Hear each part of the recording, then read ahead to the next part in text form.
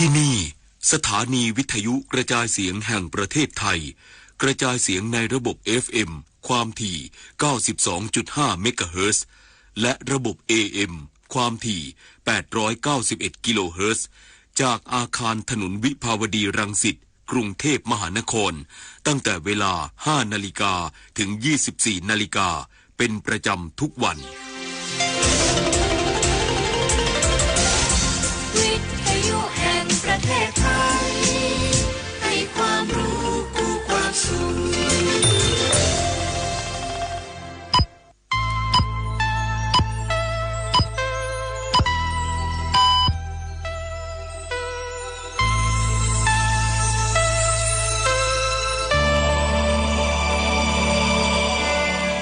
สถานีวิทยุกระจายเสียงแห่งประเทศไทยกรมประชาสัมพันธ์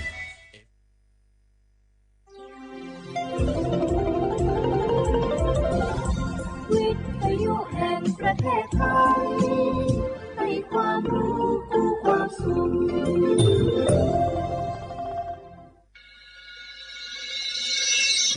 สถานีวิทยุกระจายเสียงแห่งประเทศไทยจังหวัดเชียงใหม่ AM 1476 กิโลเฮิรตซ์สถานีวิทยุภาคภาษาชาติพันธุ์แห่งเดียวในประเทศไทยที่มีความทันสมัยเชื่อถือได้สร้างอัตลักษณ์กลุ่มชาติพันธุ์สู่สากล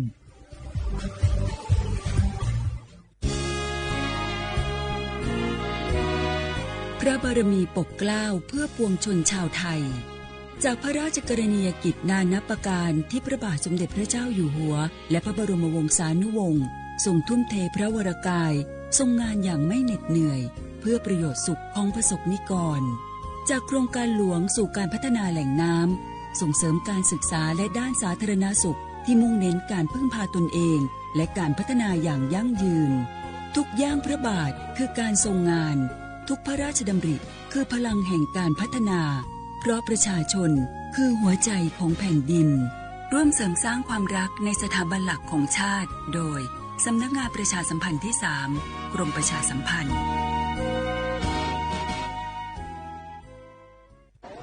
มันนักขนาดนั้นเลยกับพอล่าพอลองพอลอปะเจือหลังหลันแต่ปะดีมาอดมาโอยน่ะจี้ลองจามพลมานักแต่เอาพอล่าเนี่ยเฮาล่ะบ่ฮู้ตัวพองจ้ะเจ้อย่าไปลืมเนอะวันจันทร์เปิ้นขึ้นไปตรวจสุขภาพงดข้าวงดน้ำหลัง2 ทุ่มเนอะโอ้เกือบลืมเหมือนกันนะกะดีเหมือนกันนะโหนี่รู้สึกปวดหลังปวดไหล่จะให้หมอเปิ้นจับเส้นสักกำว่าแต่ว่าแก้วมันจะไปก็หาน้องขี่มันไปล่ะปีที่แล้วอิดออดถ้าปีนี้บ่ไปจะด่าสักกำเหรอเดี๋ยวเป็นนั่นเป็นนี่กินข้าวกับก่อยตรงเวลาให้หมอสั่งถ้าจะเจือพ่องแล้วกับวันนี้มันไปไหนนี่บ่เดียวนี่ปุ่นน่ะน้องฮือมันไปห้องเจ้ามูไม่ยกของปุ่นน่ะป๋ากันมาปุ่นล่ะไปลีกฮือมูที่เพิ่นแข็งแรงจัดการคนเฮาคนเถิบอย่างเจ้นี่ลีกนี่มันหาแล้วกันแน่กายพร้อมใจพร้อมเพื่อสุขภาพที่ดีปรารถนาดีจากสำนักงานประชาสัมพันธ์ที่ 3 กรมประชาสัมพันธ์ค่ะบรรยากาศมาพี่ชนแม่วันนี้ปาร์ตี้กันให้สุดๆกันไปเลยจัดไปไหมเมาไหมครับหรอพ่อกลับบ้านได้แล้วเดี๋ยวพรุ่งนี้ก็ต้องไปส่งลูกไปโรงเรียนแต่เช้าอีกจะดื่มอะไรนักหนาเนี่ยนะตื่นไว้อยู่แล้วจะอะไรกันนักหนาขอสนุกกับเพื่อนหน่อยดิ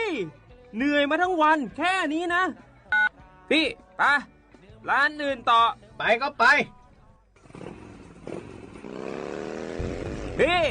ทำไมรถคันนี้มันขับช้าจังเลยอ่ะแซงไปเลยพี่แซงไปไฟแดงก็พาไปเลยพี่ตรงเนี้ยมันไม่มีกล้องไม่โดนจับชัวร์เอาวะไปก็ไปเฮ้ยพี่ระวังรถบนท้องถนนการตัดสินใจพลาดเพียงครั้งเดียวอาจไปถึงความสูญเสีย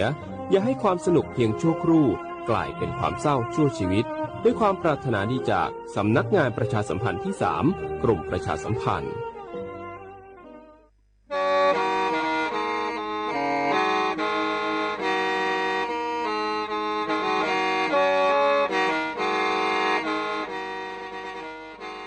đầu núa số tông chua sang xua hú tế chờ thai đầu lú xén tranh mài lú sơ hở hà lù mông inu bê hà o già giáng sơn chú bê hà thảo sư hở chứ tên chú trao tên giáng trong đu bê hà thảo sư hở cầu sang tên chú cầu gì tên trang tờn đầu sang AM tê ý chánh plau bùa sang chậu trào kHz đầu núa mông do bế lù mông suốt lờ so cán nông tàu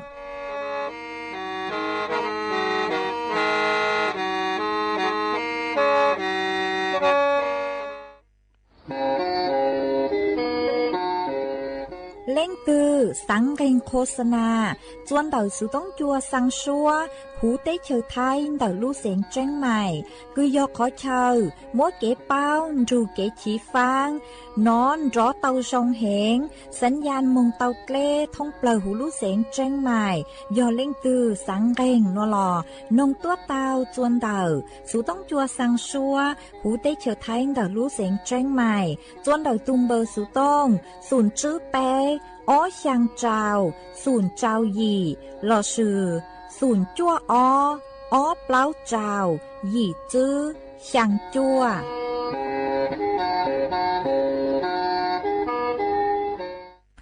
ย่อทรงอีจงเนี่ยจุกตินิ่งจางสวดเล่าจัวนูวันอาทิตย์นูตีเก่าชางลูหยีลินดูชงอ้อเช้งจื้อปัวเจ้าเจ้าหยีนูนวลย่างจัวลิงเรเน่งเก่าแป้ตูจ้ากือกังนูนัวยอนเน่งปีกีย่างจัวลิงเรเน่งเก่าเปล่าตูจ้ากือกังปีกีย่อย่าง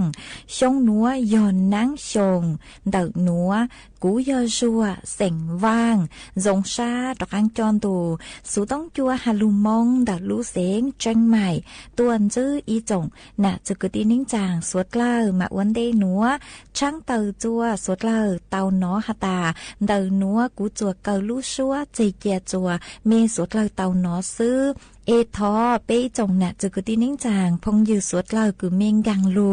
ใช้ฮัลลูนงย้อจวนดาวเพจเฟซบุ๊กทอเม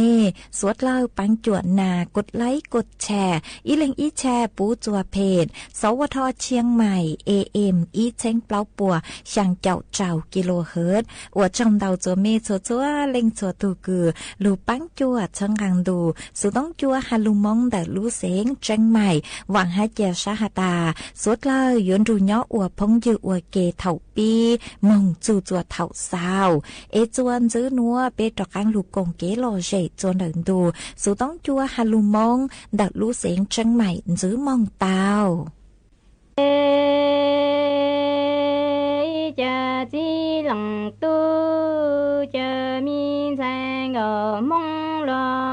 อีสีหนังจนเดียเตนอเอจะยัววาลูเนียหนังยอมูล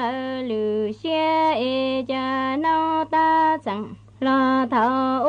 เอปอเตียตอในเนียเดเนียกังปัวจือตัวลาจีจงเจจีเจเจนานชูตุนที่ตัวทนรัวเทียมหอนี่เอจะสีหนังนอเอยัวลาวาอีสีหนังนอยมูลือเสียจีเจอตาเอจานุตาจังลาเท่าจีปอเตียตอในเดเนียกังปัวจือตัวจีเนียจงจีเจลูเจนานจูตุนที่ตัวทนร้อนเช้านี่เอจะลัวหลังตู้จะสีหนังนอมีแสงมองลอว่าอีสีหนังนอยอนเ địa tê nó chờ cho nhà cái lũ xe ni mùa cha la mùa chua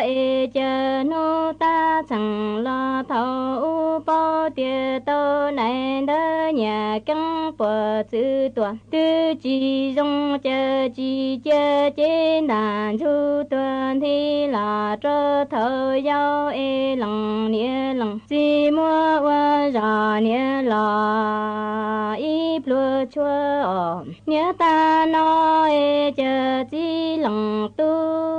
chờ mi ở mong là qua ý chỉ nằng nó nhớ điểm tê chờ cho nia cái lũ xe ni mùa xí nia tua la xí chu chờ nô ta chẳng là thở yêu chỉ chờ trên đàn chu toàn thi lòng nia lòng chỉ mua qua ra nia lòng ít lúa lu yêu chỉ lòng tu nia cha chỉ nằng nó wa ý chỉ nằng cơ xe bộ lúa nó mi sang gồm mong tự trồng tua xếp lơ yo bỏ tha nhà ca không nhớ mu nằm long nọ ta cam lòng rau cử cơm lòng rau kê cha ni dòng xoa sang yu yang bia cơ xe bộ lúa nó căng ya li trên đàn chu chờ tua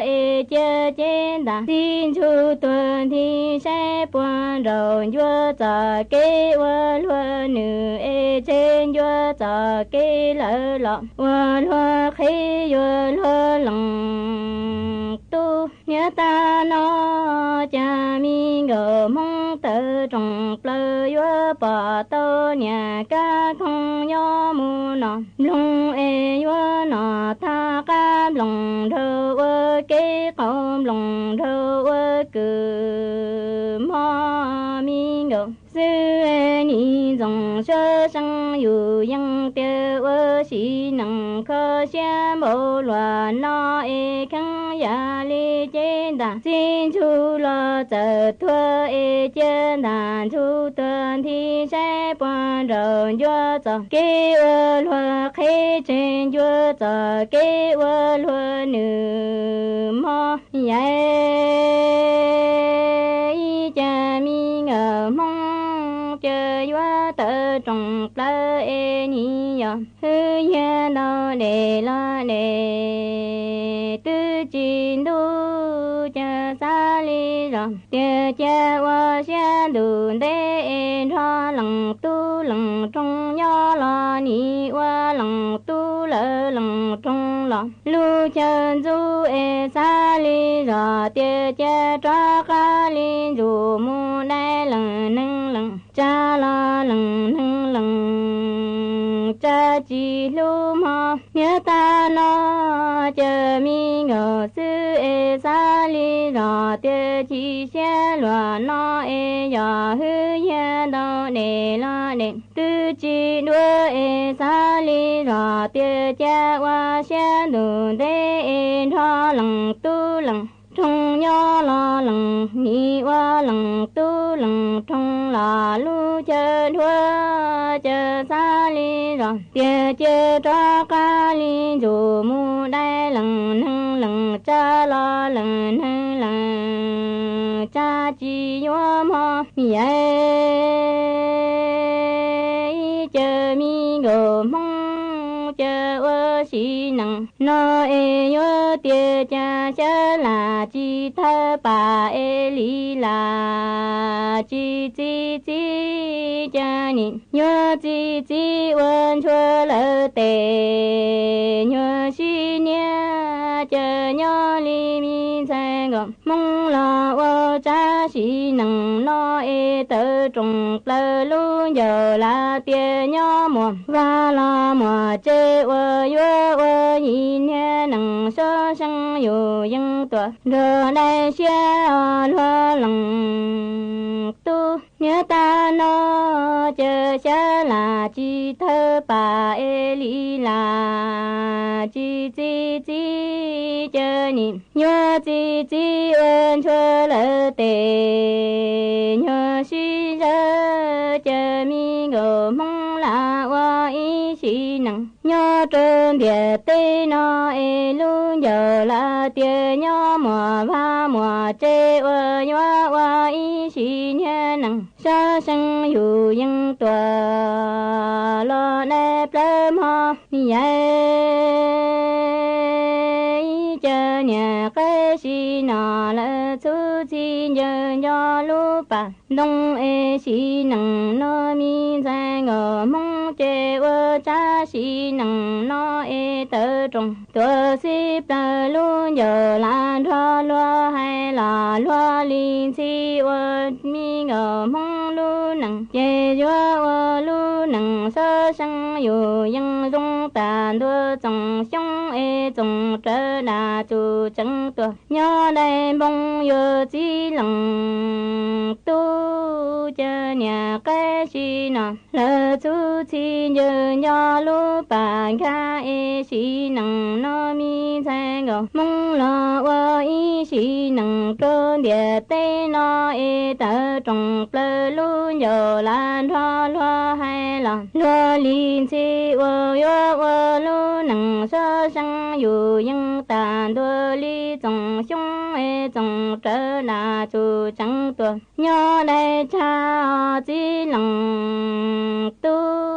chỉ nằng lo ê mi ngờ mong ni sang yu yang tiền sẽ nhớ lo chi tiền nâng ê tua lo sẽ tu chi tiền na ê khăng yo ya nhớ lo chia tao chia cha chia liền chi ơ mi nông liền lo nông lu ê ya si lia mu cho ta bỏ ma yơ xua ha mu bà ma mò nhớ ta nó cha mi ngờ mong chê nhớ dòng xa sang yu yang bia xí nằng nó ê wa lu nằng xa sang yu yang là rong li nó cha nhớ lon chê tư chi chè nằng ê tua lo chi chè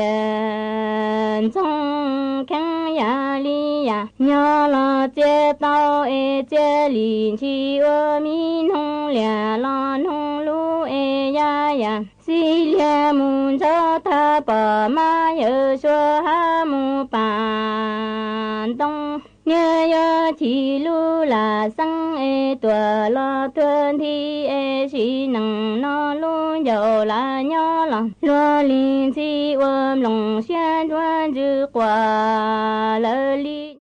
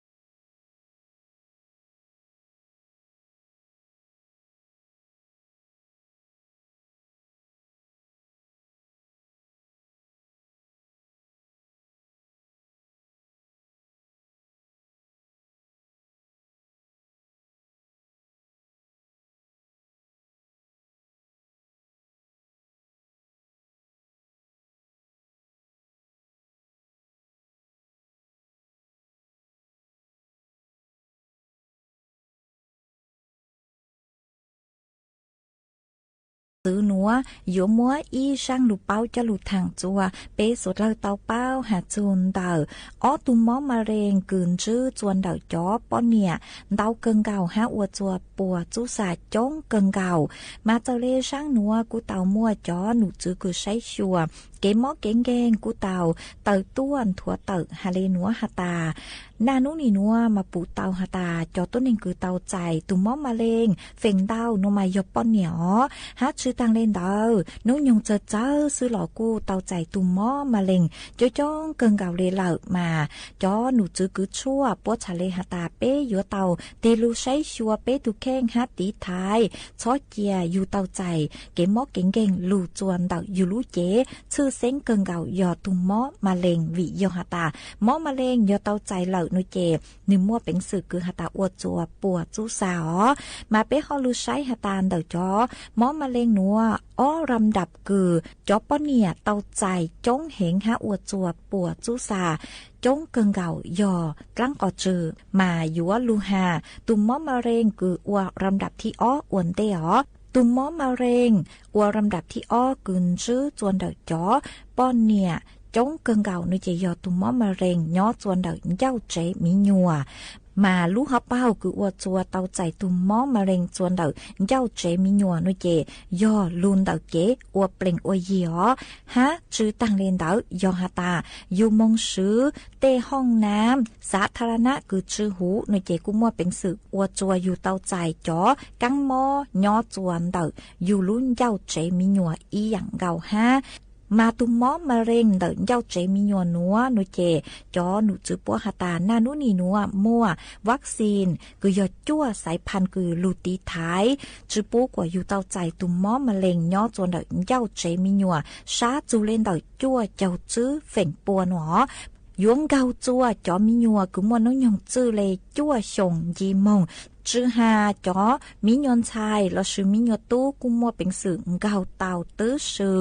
ฮะชื่อตังเล่นเดอนานุนีนัวมัวเป็นสึกกัวตุมมอมะเร็งย่อจนเดินเจ้าเจมีหนวดเตาอีเล่งยงหยีซื้อมาจอหนูจือป้มัวจออุปกรณ์คือลูกกัวอีเล่งเตาชื่อลูกเชื่อเหอคือยังเล็ดชื่อนาทีซื้อเจกัวจัวอยู่เป้าผลเหลือฮาตามัวกังมอเราชื่อจือมัวมอเลยจางฮะจอหนูจือป้กูแนะนำฮาตาจอป้อนเนี่ยคือมั่วนุยงเนงเก่าจื้อชงนุเจยัวเตามงตรวจสุขภาพยัวเตากั้วชนจัวเก๋มอกเก่งเก่งย่อจวนเตาเปรุนเจ้าเจมิญัวฮะหาอย่างจวนจื้อนุเจหาจูตุมมอมะเร็งลำดับที่อีกุนจื้อจวนเดาจอป้อนเนี่ยเตาเกิงเก่ายอตุมมอมะเร็งเดาลุ่มมีมาตุมมอมะเร็งคือย่อจวนเดามีนุเจจอคือชั่วปัวหาตาเจ๋งจื้อเตาเป้าเม่งเจ๋งหาตาลูกหาเป้ายอลุนเดาลังก่อจื้อต้อชื่อมาปัจจัยเสี่ยงคืออวจัวมั่วเป็นสื่อเตาใจตุมมอมะเร็งย่อจวนเดามีนุเจยอจอต้นเองคือเฮาเลยเย่งเฮาเกลเฮาเจ้าจอต้นเองคือจ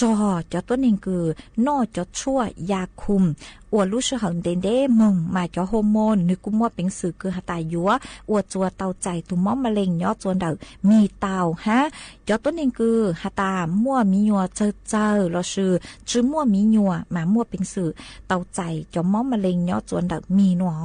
มาจอหนูจื้อคือชั่วพวกกูเตาแนะนำหาตาจอป้อนเนี่ยคือมัวนุ่งยงเน่งเกาชงจีมงนุเจกูมัวเป็นสื่อคือยัวเตามงกั้วชนจวกคัดกรองจอมอมะเร็งเตาหนอ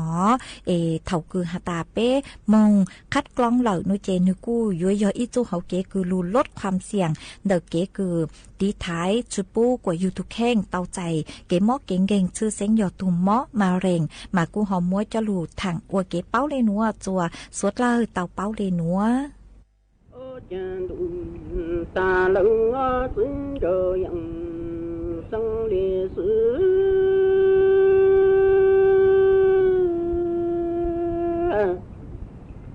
真有都是这样，生的是鸟儿是这样，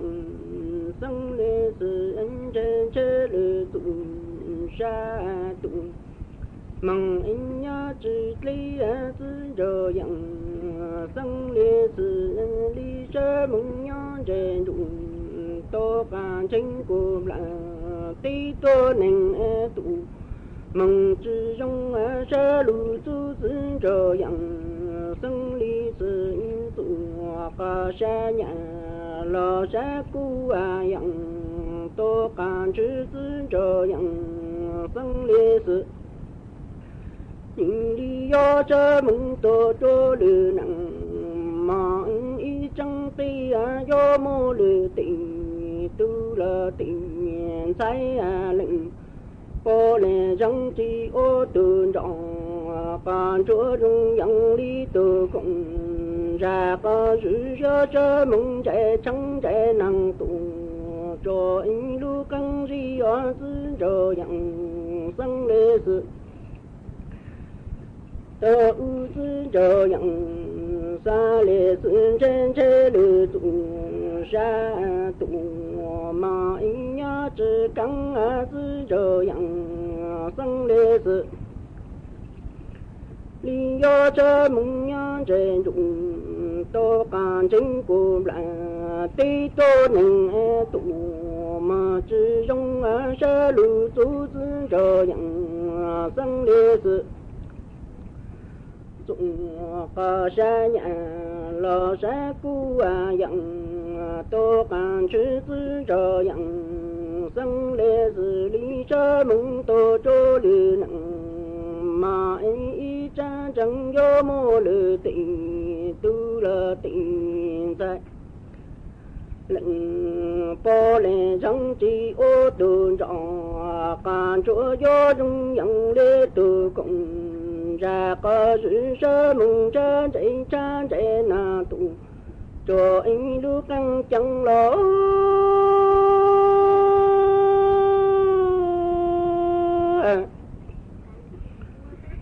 cho yang sang lệ sự lu chi đặng cả chú nhớ tổ tăng kính cho yang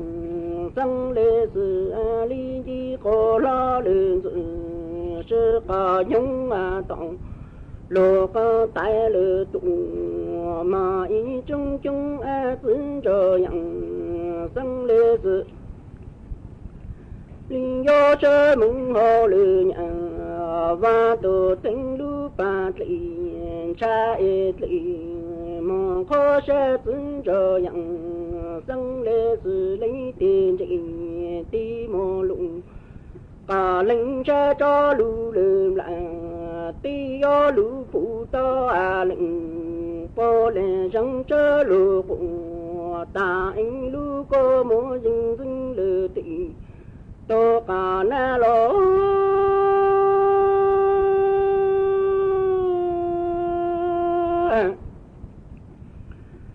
cho yang sang lê sự linh chi có lo lên sự có nhung tòng lô có tại lê tụ mà ý cho chung trợ cho yang sang lê sự lý do cho mừng ngô lư nhận và tổ tình lu ba lì tơ lì mà có plan cho yang sang lê sự linh tiền trình ti mù lụng cả lệnh cha cho lư lư là ti do lư phụ ta lệnh po lệ trong chớ lư của khó lư tình tô cả cánh lu cô mô dừng trùng tô cả chớ lo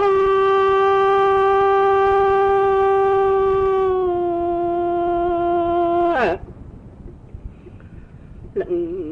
po lệ răng chớ lu ta anh lu cô mô dừng chô lư tình tô cả na sư cho yang sang lệ sư lu dòng chỉ cũng lư sa nhìn do lu lư tụng tê ô lu cho yang sang lý sư lấy cùng câu lư tình tô cả thân do chữ sang sơ mừng thử tha ở sư cho yang sang lê sư xin cho yang sang lê sư do lu phụ ta lư po lệ răng cùng ta in lu cô mô dừng cho lệ tị tô cả rơ tư cho những sang lệ xử lý cùng có lệ tị tô cả cân do chữ sang trở mừng thần lợt lô chơ lỗ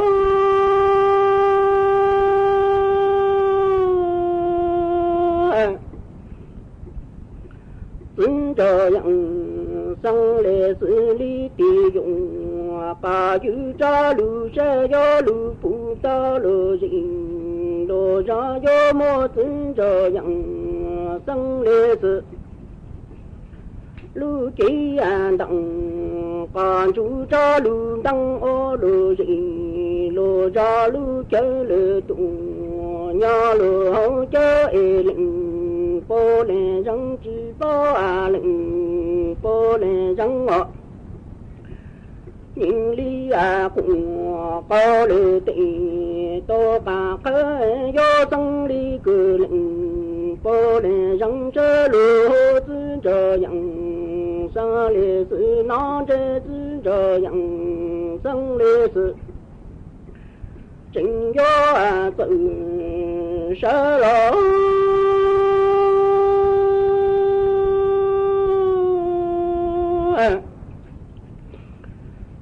cho dặn xa lệ sự sẽ lợi dụng to cả chữ cho lù cho liềm lặng tí do lù phụ to lù dình lù ra mô tư cho dặn sang lệ sự lù chỉ đặng còn chú cho lù đăng ô lù dình lù ra lù chơi hồ chơi nhau hồ chùa cô lệnh bố lệ răng chỉ bố tê lệnh bố lệ răng chớ lù có lệ tị tô cả khơi do tăng lý cử lệnh bố lệ răng chớ lù tư cho dặn xa lệ sự nó chớ tư cho dặn sang lệ sự trình do tự sơ lệ cùng tô bà khối cho căng tụ ứng cho dặn sang lệ xử lý do chê lệ dụng tô bà giữ lô dình lô ra do mô tư cho dặn sang lệ xử lưu chỉ đặng còn chú cho lưu tăng ô lô dình lô ra tụ lô chờ sáu tư tư lệ tư cho dặn xa lệ xử lưu xe lệ dụng tô cả chữ từng ra nô chỉ đặng còn chú nhớ tô từng gió chỉ lệnh bố lệ răng nhớ chỉ mộng tu chỉ mộng cho ý ra mong cụ tờ dụng và ra cho lưu phu lệ lệnh bố lệ răng cho lỗ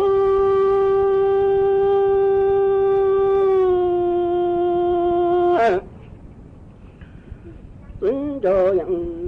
xa lệ sự sẽ lợi dụng to cả chữ cho lưu lềm là tí do lưu phụ to lưu dình lô ra mô tư cho dặn sang lệ sự lưu chỉ đặng còn chú cho lưu tăng ô lưu dình lô ra tụ lưu chờ sao anh tư cho dặn sang lý sự anh dụng chờ cũng từ từ lưu xa lợi dụng tô cả chữ từng giờ nó chỉ đặng còn chú nhớ tô tăng chỉ lệnh bố lệ răng nhớ chỉ mộng tô chỉ mộng trong anh sa mộng cụ tờ dụng và ra cha lưu phu lệ lệnh bố lệ răng cho lỗ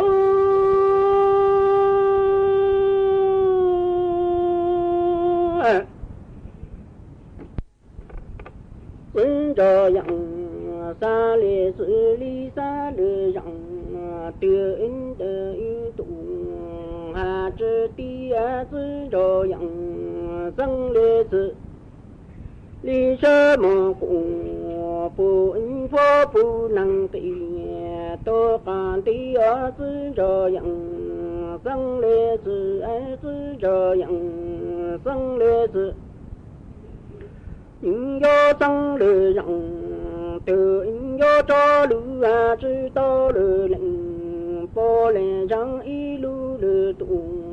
lu chính ra sư cho yang sa lê sư li chơ mò cụ ta phụ phó phụ na tình tô cả na lo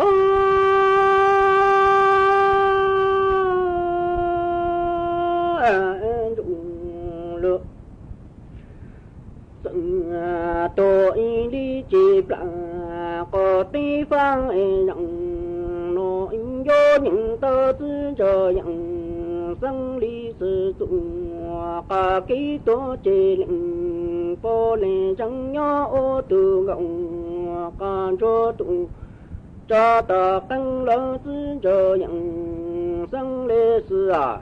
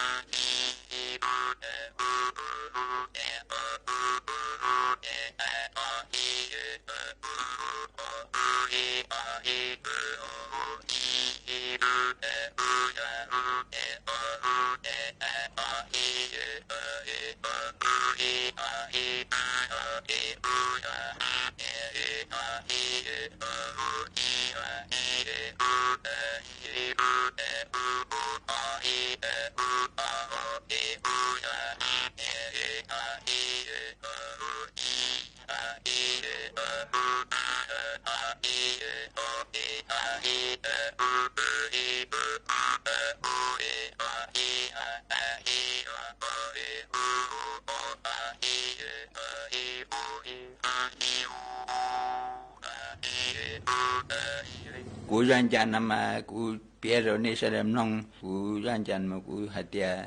mình thành có sang cú tua cho cú chỉ bảo các khi lên từ cú thế yêu ở ra ở xã khi có ở nhà cú này bộ này ra giờ tôi giờ chơi cú giờ sợ nhiều luôn nó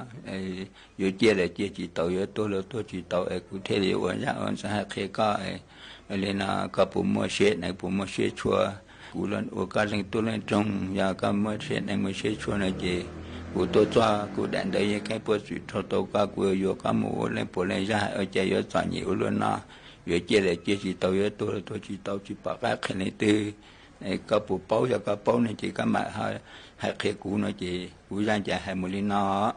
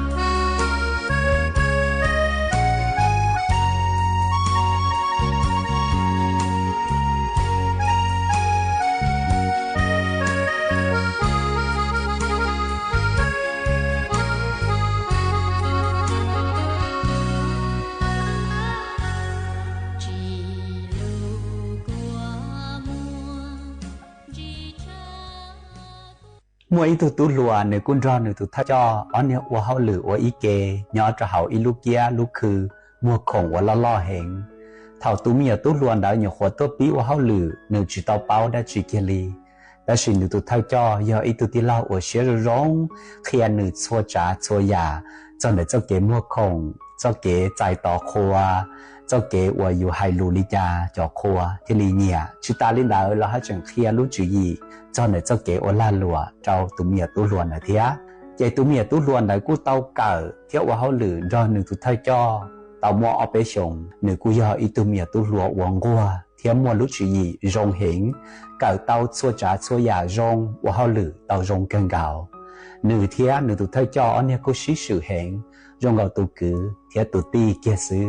đã chịu qua hậu lử tàu mua ít nông chế tụi tu luồn đã cú hại trong nửa tụi thay cho hay tiệt tí lao cũng cho có ua hao lử cho lúc lì nó ta xứ chạy của gió tàu là na tụ thay cho là chỉ tụ tí lao đã cú bóng xia cú xả hay tia chạy yo nên chỉ té mình đó chỉ là chỉ té rào tụ tí lao đã họ uốn đó chỉ tàu xia nửa là lòi yo uốn trả chạy tụ tí lao là chỉ tụ thay cho này cú nông tụ cứ hay tia đi cứ ra ư tụ ua hao lử họ no tàu rong cơ còn tự do ít tụ cứ uống qua theo họ lử tàu rong hẹn nhá họ no theo chỉ ta lên đó là của chuyện chuẩn đau chán đau già xả kia đâu có cho kế bao cho này cho kế mua khổng theo ô la lụa nè ô chả có chỉ ta là có mua đất chỉ có mê xia là có cô kia của tao na tụi mía tú lụa cô chỉ tao tê đất chỉ nửa ý nhau lụa tìm một sai tụi thay cho nửa hai cho tụi tí lao đã hay tia tí lao chỉ mua đất chỉ là họ cũng có tờ no chỉ do hay tia tôi chỉ nhớ họ lúc kia lúc khứ nó từ khu của mình chỉ nửa ở bên sau là do của hai chuyện của họ lử họ no muốn gì thế cái chuyện đấy của là nhỏ có khó chờ chuyện của yo kinh của yo một bản sự Charlie bảo đi cha là xôi giả cái báo nó có ya tuổi kia trong cụ xứ của yo nhỏ xía bảo đi cha nhỏ thắt chờ từ là yên tàu đó là của yo chỉ muốn nông yo là nhỏ có thắt chờ là chân họ hậu lử và có những ý chữ nhỏ là giờ linh đạo còn non nước kia tao cho bé sẽ đào thiếu uo có bé do cho hay tia chừng lúc nó bé chừng mua nhiêm luôn nu mua kể chân dê mua tao đếm bảo lý trả là lòn giòn rộng hay tia linh từ giờ tụ bí thơ của lò chó kia bé lò cho bé có bé mua luôn nên rộng ý à lì nông nọ chừng bé chừng mua kể báo kể chân dê mua nhiêm cha tụ tí nên của là kia bé là lọ bé như chuyện mua nông giờ mua chu mua chai lợ do trong hay tia xiên trà xiên gì giờ nhà chỉnh chén và giờ chủ trị nhớ cho họ giờ lúc xe lúc lợ vì lợ giờ lúc đánh chi thế thơ và cho dù cho kể có dù mua nông rộng ý lên nó thọ chơi xe cho bé trở lên cho tù đời nó của gia chi sành qua thế lúc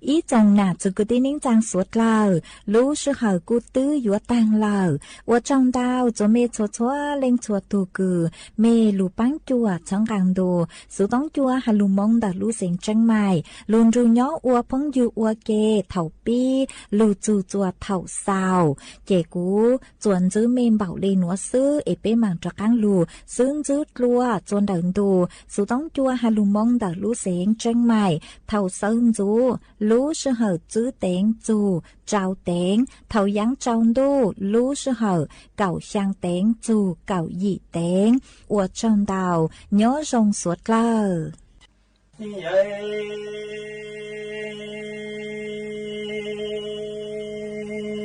từng đồ đâu nói đã đăng rong hoa lụa nói tàu hoa gầu mu tua hoa đâu nhớ đã đăng rong hoa lụa nó phố tia đã đăng tua chỉ sĩ tàu về cha lăng tu chỉ do mua mi gò mong đỡ còn hiên chi nhà đi ba tua đỡ plu về chỉ đi đồn rong hoa lỡ nhà lu chơi do sĩ nằng nó đã chỉ tàu chỉ tiền ra tua lâu tan thôi chỉ tàu mi gò mong đỡ còn lo tua tàu còn lu mi bê gò sư đò lo hai tí đồn rong y sĩ nằng vô to dần chân tua tàu nông nọ nhớ ta nó từng gò đâu nó tàu quang gò mu tua qua đâu nhớ cha đã đăng rong hoa lụa nói bố tia đã đăng tuổi chi sĩ tàu cha lăng tu chi do mua mi ngộ mong đỡ còn hiên chi nhà y ba tuổi đỡ trai tăng ngộ nô nó đã chi tàu chi tiền ra tua lâu tan thôi chi tàu mi ngộ mong đỡ còn lo tua tàu còn lu mi bê ngộ sư y sĩ nằng mu tua đo lúa hai ni mi ngộ mong vậy tăng ngộ đâu nó rong lúa nó bố tia đà nâng mu tua chi sĩ tàu tàu quang ngộ mu tua quang đâu nhớ cha lăng tu chi do cái mò mi ngộ hông đỡ có thay mi tê đàn chi nâng tu mu quy hoa trái tù tông cho lăng tu tề nhé bông lá tông ngộ đâu nó đà chi tàu chi tiền ra tua lâu ta thôi tư mù hoa lu nằng ta ra nằng bộ nó lo bồng xe tiền chi quá để nông chữ tiền chi quan trả ổn nhất ta nói tông ngộ đâu nói thấu ngộ mu tua hoa đâu nhớ cha đã đăng rong hoa lụa nó bố tia đã đăng tuổi chi tàu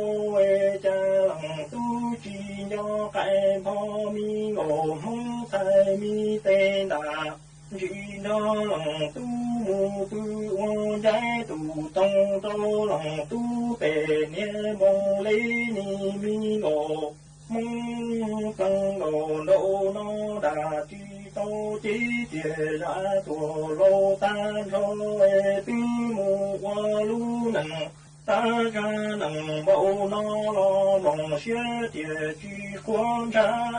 lòng dư tiền chi quá đề mò như vậy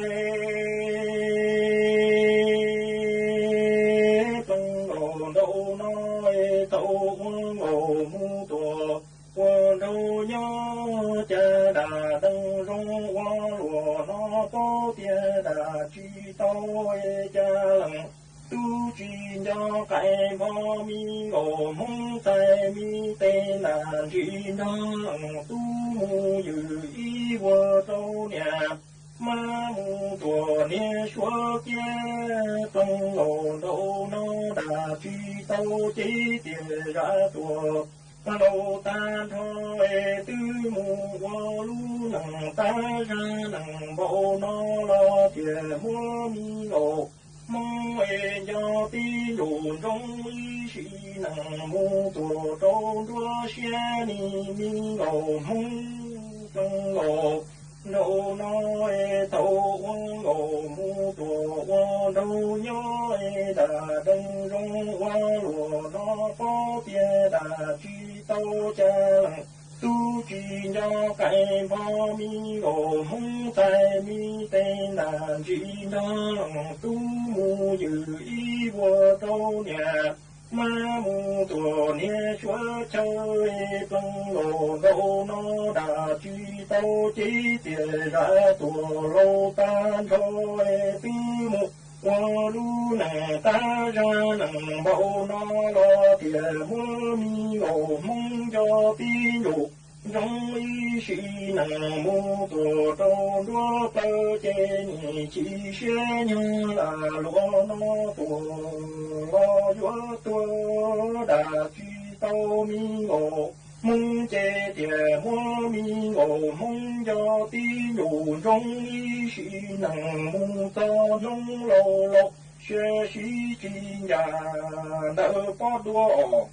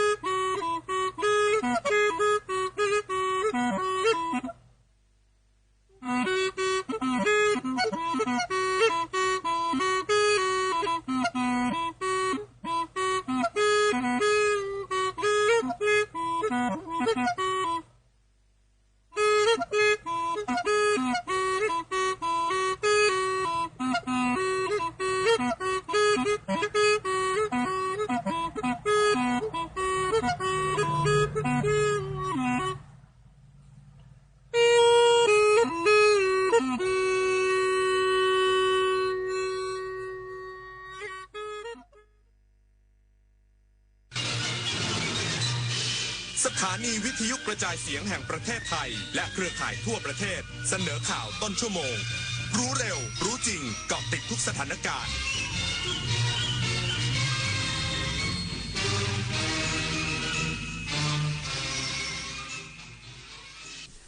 รับฟังข่าวต้นชั่วโมง 6 นาฬิกากับอรัญญาชมชื่นสถาบันการเงินของรัฐขานรับมติคณะกรรมการนโยบายการเงินทยอยปรับลดอัตราดอกเบี้ยเงินกู้ร้อยละ 0.25 อีกสักครู่กลับมาติดตามรายละเอียดค่ะหากเปรียบประเทศไทยเป็นต้นไม้ใหญ่ที่ยืนหยัดมายาวนานอย่างรากแห่งขนบธรรมเนียมประเพณีและวัฒนธรรมลำต้นมั่นคงยืนยงยึดมั่นในสถาบันชาติศาสนาและพระมหากษัตริย์มาร่วมกันตั้งปณิธานทำความดีสร้างความรักความสามัคคีแทนคนแผ่นดินเสมือนรดน้ำใส่ปุ๋ยให้ต้นรักประเทศไทยเจริญรุ่งเรืองร่มเย็นเป็นสุขรักษาเอกราชและอธิปไตยไว้ให้เติบใหญ่และงดงามเศรษฐกิจที่ขับเคลื่อนด้วยนวัตกรรมจะช่วยให้เราเปลี่ยนจากทำมากได้น้อยเป็นทำน้อยได้มากด้วยความคิดสร้างสรรค์ในการสร้างสินค้านวัตกรรมที่มีคุณค่าและมูลค่ามากขึ้นเปลี่ยนเกษตรแบบดั้งเดิมสู่เกษตรสมัยใหม่เปลี่ยนแรงงานทักษะต่ำไปสู่แรงงานที่มีความรู้ความเชี่ยวชาญและทักษะสูงสร้างโอกาสสร้างชาติสร้างขีดความสามารถในการแข่งขันพระบาทสมเด็จพระเจ้าอยู่หัวทรงน้อมนำหลักธรรมอันประเสริฐกันกรองเป็นหนังสือคู่มือชีวิตพร้อมภาพวาดฝีพระหัตถ์4 เล่มได้แก่หลักการชาวพุทธอริยสัจจภาวนาหลักปฏิบัติเพื่อความพ้นทุกข์และแนวทางปฏิบัติธรรมนาวาวังพระราชทานเป็นธรรมทานเพื่อทำนุบำรุงส่งเสริมพระพุทธศาสนาและเป็นเครื่องชี้ทางสว่างแห่งปัญญาให้แก่ประชาชนผู้ที่สนใจสามารถดาวน์โหลดอ่านได้ที่ธรรมนาวา .net เวทีสำคัญ ที่ผู้บริหารระดับสูงขององค์กรสื่อชั้นนำจากนานาประเทศในภูมิภาคเอเชียแปซิฟิกที่เป็นสมาชิก AIBD จะประชุมใหญ่สมัยสามัญประจำปีครั้งที่ 23 ภายใต้แนวคิด Media for People Peace and Prosperity เพื่อร่วมกันแลกเปลี่ยนมุมมองในการขับเคลื่อนนโยบายและการรับมือกับความท้าทายของสื่อระหว่างวันที่ 19 ถึง 21 สิงหาคมนี้ที่จังหวัดภูเก็ตสถาบันการเงินของรัฐขานรับมติคณะกรรมการนโยบายการเงินทยอยปรับลดอัตราดอกเบี้ยเงินกู้ร้อยละ 0.25สถาบันการเงินเฉพาะกิจของรัฐทยอยประกาศปรับลดอัตราดอกเบี้ยเงินกู้และอัตรากำไรสินเชื่อลงสูงสุดร้อยละ 0.25 ต่อปีตามมติของคณะกรรมการนโยบายการเงินหรือกนง.ที่ปรับลดอัตราดอกเบี้ยนโยบายลงมาอยู่ที่ร้อยละ 1.50 เมื่อวันที่ 13 สิงหาคมที่ผ่านมา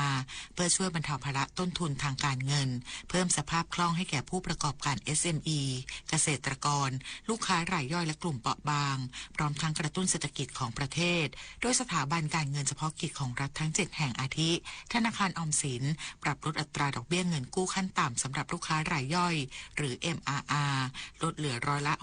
6.295 ต่อปีอัตราดอกเบี้ยเงินกู้ขั้นต่ำสำหรับลูกค้าสินเชื่อรายใหญ่หรือ MLR ลดเหลือร้อยละ 6.325 ต่อปี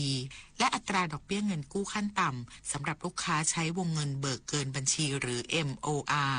ลดเหลือร้อยละ 6.095 ต่อปีขณะที่ธนาคารกรุงไทยปรับลดอัตราดอกเบี้ยสำหรับลูกค้ารายใหญ่ชั้นดีประเภทเงินเบิกเกินบัญชีหรือ MOR ปรับลดลงจากปัจจุบันร้อยละ 6.620 ต่อปีอัตราดอกเบี้ยเงินลูกค้ารายใหญ่ชั้นดีประเภทเงินกู้แบบมีระยะเวลาหรือ MLR ปรับลดลงจากปัจจุบันเป็นร้อยละ 6.500 ต่อปีและอัตราดอกเบี้ยสำหรับลูกค้ารายย่อยชั้นดีหรือ MRR ปรับลดลงจากปัจจุบันเป็นร้อยละ 7.045 ต่อปีธนาคารอาคารสงเคราะห์ปรับลดอัตราดอกเบี้ยเงินกู้ MRR ร้อยละ 0.25 ต่อปีจากร้อยละ 6.495 ต่อปีเป็นร้อยละ 6.245 ขณะที่อัตราดอกเบี้ยเงินกู้ลูกค้ารายใหญ่ชั้นดีประเภทเงินกู้แบบมีระยะเวลาหรือ MLR อยู่ที่ร้อยละ 6.100 ต่อปีและอัตราดอกเบี้ยเงินกู้ลูกค้ารายใหญ่ชั้นดีประเภทเงินเบิกเกินบัญชีหรือ MOR อยู่ที่ร้อยละ 6 ต่อปีผลิตนาฏ ขวัญแสนสุขรายงานรัฐบาลเชิญชวนประชาชนตามรอยสถานที่ถ่ายทำซีรีส์เอเลียนเอิร์ธใน 7 จังหวัดกระตุ้นการท่องเที่ยวพร้อมผลักดันไทยสู่ศูนย์กลางถ่ายทำภาพยนตร์ระดับโลกนางสาวสัสิการวัฒนาจันทร์รองโฆษกประจำสำนักนายกรัฐมนตรีเปิดเผยว่ารัฐบาลโดยกระทรวงการท่องเที่ยวและกีฬาเชิญชวนประชาชนและนักท่องเที่ยวตามรอยสถานที่ถ่ายทำซีรีส์เอเลียนเอิร์ธซึ่งเลือกประเทศไทยเป็นสถานที่ถ่ายทำ7 จังหวัดได้แก่กรุงเทพมหานครพังงากระบี่นครปฐมสุราษฎร์ธานีประจวบคีรีขันธ์และสมุทรปราการโดยซีรีส์ดังกล่าวออกอากาศเมื่อวันที่ 13 สิงหาคมที่ผ่านมาการถ่ายทำครั้งนี้ไม่เพียงสะท้อนศักยภาพของสถานที่และสตูดิโอไทยที่ได้มาตรฐานระดับสากลแต่ยังสร้างประโยชน์ทางเศรษฐกิจโดยงบลงทุนกว่า 2,800 ล้านบาทสูงสุดเป็นประวัติการของการถ่ายทำหนังต่างประเทศในไทยและก่อให้เกิดการจ้างงานรวม 24,787 รายตอกย้ำศักยภาพอุตสาหกรรมภาพยนตร์ไทยในทุกมิติทางด้านสถานที่ทีมงานฝีมือและบริการสนับสนุนครบวงจรซึ่งผลักดันให้ประเทศไทยก้าวสู่การเป็นหับการถ่ายทำระดับนานาชาติที่ได้รับการยอมรับทั่วโลก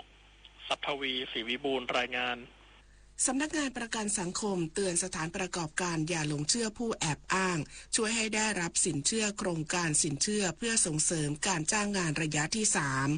นางมารศรีใจรังสีเลขาธิการสำนักงานประกันสังคมชี้แจงโครงการสินเชื่อเพื่อส่งเสริมการจ้างงานระยะที่ 3เป็นความร่วมมือระหว่างสำนักงานประกันสังคมและ6ธนาคารวงเงินรวม 30,000 ล้านบาทมีเป้าหมายเพื่อช่วยผู้ประกอบการเข้าถึงแหล่งเงินทุนดอกเบี้ยต่ำรักษาการจ้างงานและกระตุ้นเศรษฐกิจโดยการอนุมัติสินเชื่อขึ้นอยู่กับการพิจารณาของแต่ละธนาคารสำนักงานประกันสังคมไม่สามารถเข้าไปแทรกแซงหรือมีส่วนร่วมในการตัดสินใจอนุมัติสำหรับสถานประกอบการที่สนใจเข้าร่วมจะต้องขึ้นทะเบียนและจ่ายเงินสมทบกองทุนประกันสังคมไม่น้อยกว่า12เดือนและสามารถยื่นขอหนังสือรับรองการใช้สิทธิ์ผ่านระบบ e-service ของสำนักงานประกันสังคมเพียงช่องทางเดียวเท่านั้นชวิสาประทุมมารายงานจบข่าวอรัญญาชมชื่นอ่านรับฟังข่าวครั้งต่อไปเวลา 7 นาฬิกาค่ะ ามข่าวที่นำเสนอไปแล้วได้ที่ www.thainews.prd.go.th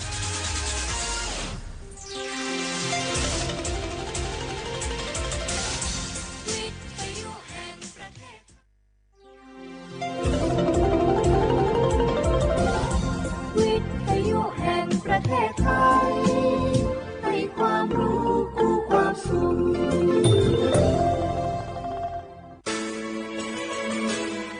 สถานีวิทยุกระจายเสียงแห่งประเทศไทยจังหวัดเชียงใหม่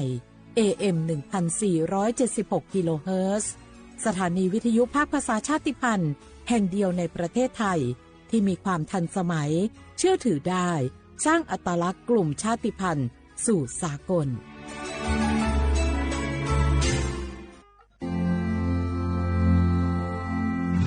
รากฐานสังคมไทยตั้งแต่อดีตจนถึงปัจจุบันเคารพเทิดทูนสถาบันพระมหากษัตริย์เป็นศูนย์รวมจิตใจที่เหนียวแน่นของคนไทยในเวลาที่เกิดวิกฤตทางการเมืองพระบารมีของพระเจ้าอยู่หัวก็ทำให้เกิดความสงบและช่วงที่เกิดวิกฤตเศรษฐกิจปรัชญาเศรษฐกิจพอเพียงของพระเจ้าอยู่หัวรัชกาลที่ 9 พระราชทานให้กับคนไทยก็ทำให้ผู้ที่น้อมนำมาปฏิบัติมีภูมิคุ้มกันและไม่เกิดความเสียหายพระปฐมบรมราชโองการของพระเจ้าอยู่หัวรัชกาลที่ 10เราจะสืบสานรักษาและต่อยอดและครองแผ่นดินโดยธรรมเพื่อประโยชน์สุขแห่งอาณาราษฎรตลอดไปพระมหากษัตริย์ไทยทุกพระองค์ทรงห่วงใยราชเสมอสถาบันพระมหากษัตริย์ไทยศูนย์รวมใจไทยทั้งชาติ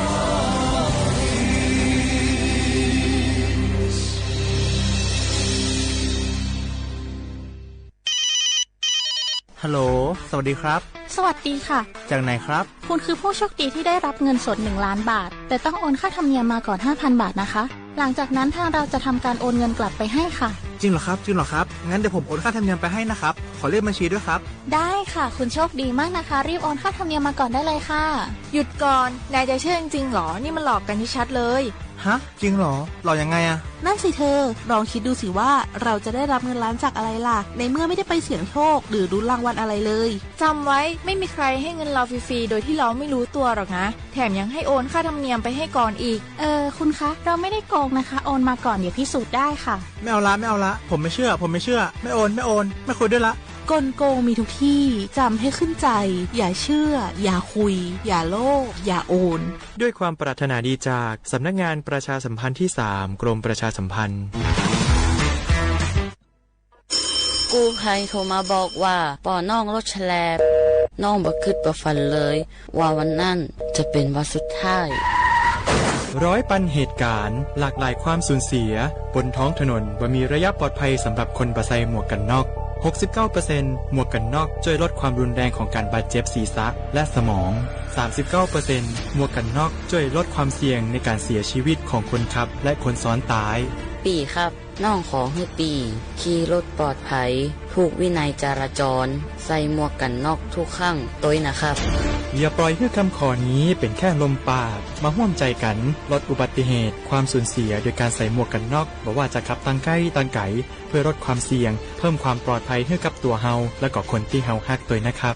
ด้วยความปรารถนาดีจากสำนักงานประชาสัมพันธ์ที่ 3 กรมประชาสัมพันธ์บรรยากาศมาพี่ชนแม่วันนี้ปาร์ตี้กันให้สุดๆกันไปเลยจัดไปไหมเมาไหมครับหรอพ่อกลับบ้านได้แล้วเดี๋ยวพรุ่งนี้ก็ต้องไปส่งลูกไปโรงเรียนแต่เช้าอีกจะดื่มอะไรนักหนาเนี่ยนะตื่นไว้อยู่แล้วจะอะไรกันนักกันหนาขอสนุกกับเพื่อนหน่อยดิเหนื่อยมาทั้งวันแค่นี้นะพี่ไปร้านอื่นต่อไปก็ไปพี่ทำไมรถคันนี้มันขับช้าจังเลยอะแซงไปเลยพี่แซงไปไฟแดงก็พาไปเลยพี่ตรงเนี้ยมันไม่มีกล้องไม่โดนจับชัวร์เอาวะไปก็ไปเฮ้ยพี่ระวังรถบนท้องถนนการตัดสินใจพลาดเพียงครั้งเดียวอาจไปถึงความสูญเสียอย่าให้ความสนุกเพียงชั่วครู่กลายเป็นความเศร้าชั่วชีวิตด้วยความปรารถนาดีจากสำนักงานประชาสัมพันธ์ที่ 3 กรมประชาสัมพันธ์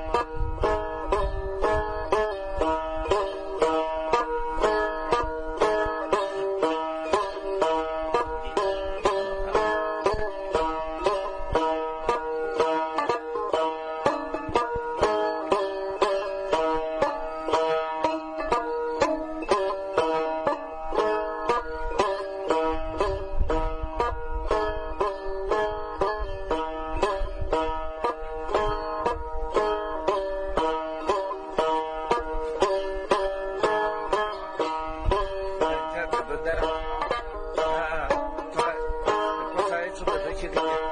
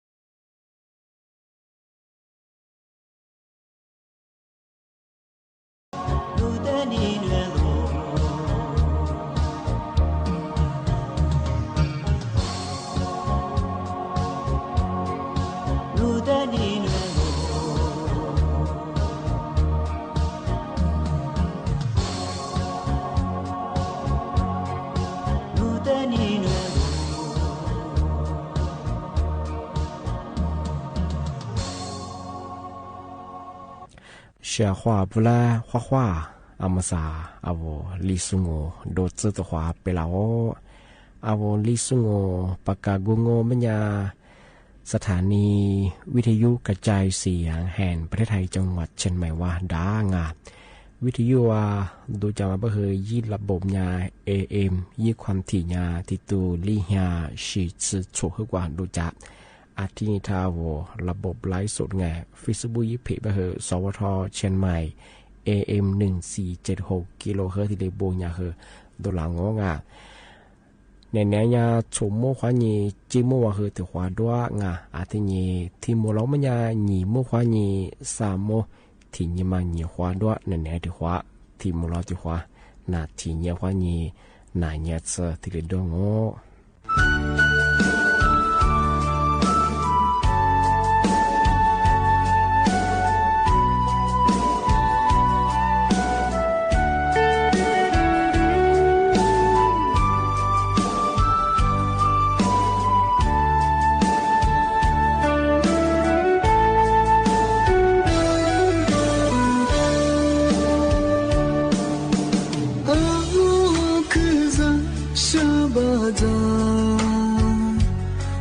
เธอเจอ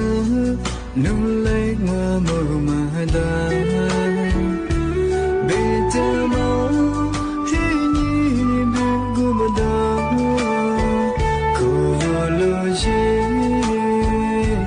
โลเตเฮสุดาเบสุมาที่ซูสุเนบุคู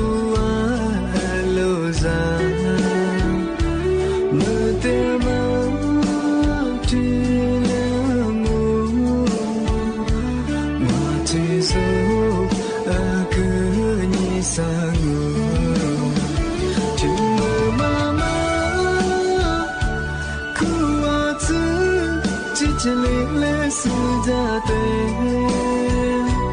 เทเทยิมากูดงว่ามาโจกูเทเบคดิซาเมทิมเบลา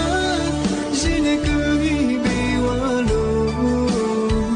เทดิซาเทญาเบเจ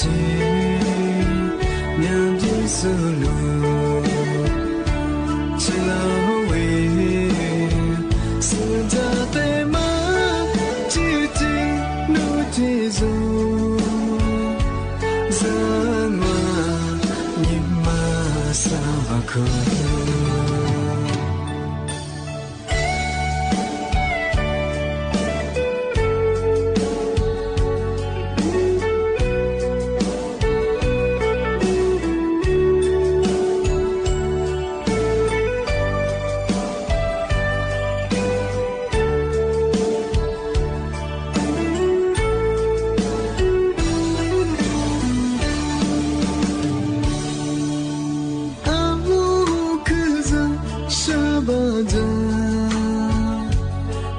เธอเจอนุ่มเล็กว่าโมมาดาเบเตมาที่นี่เบกุมาดาโคโลจีโลติเฮ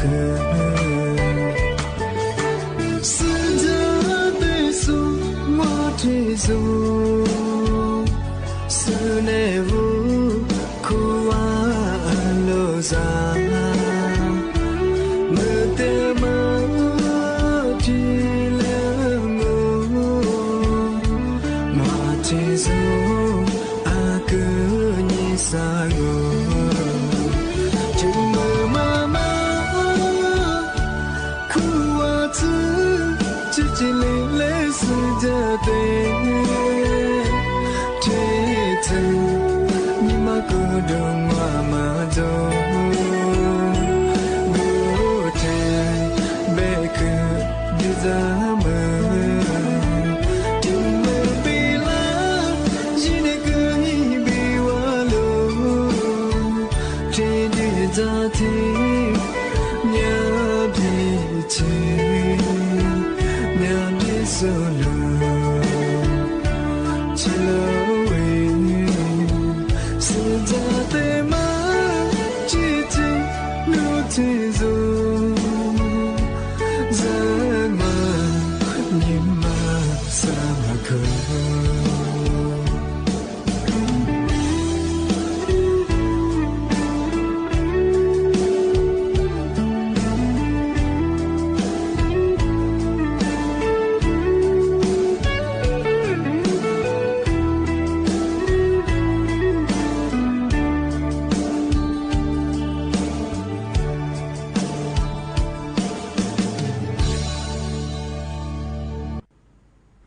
消化我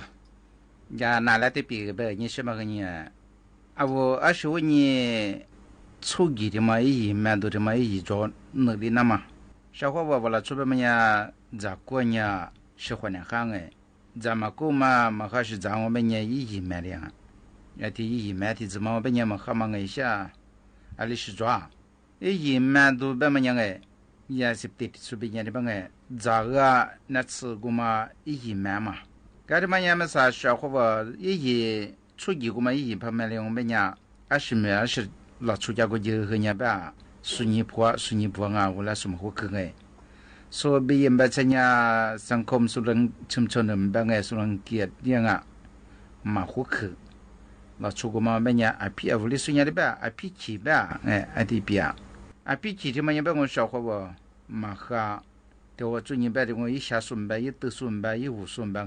哎，是有个去暑假嘛，和的我在暑假嘛和的我一嘛做他挂，我一做孙的个别人那他们那个，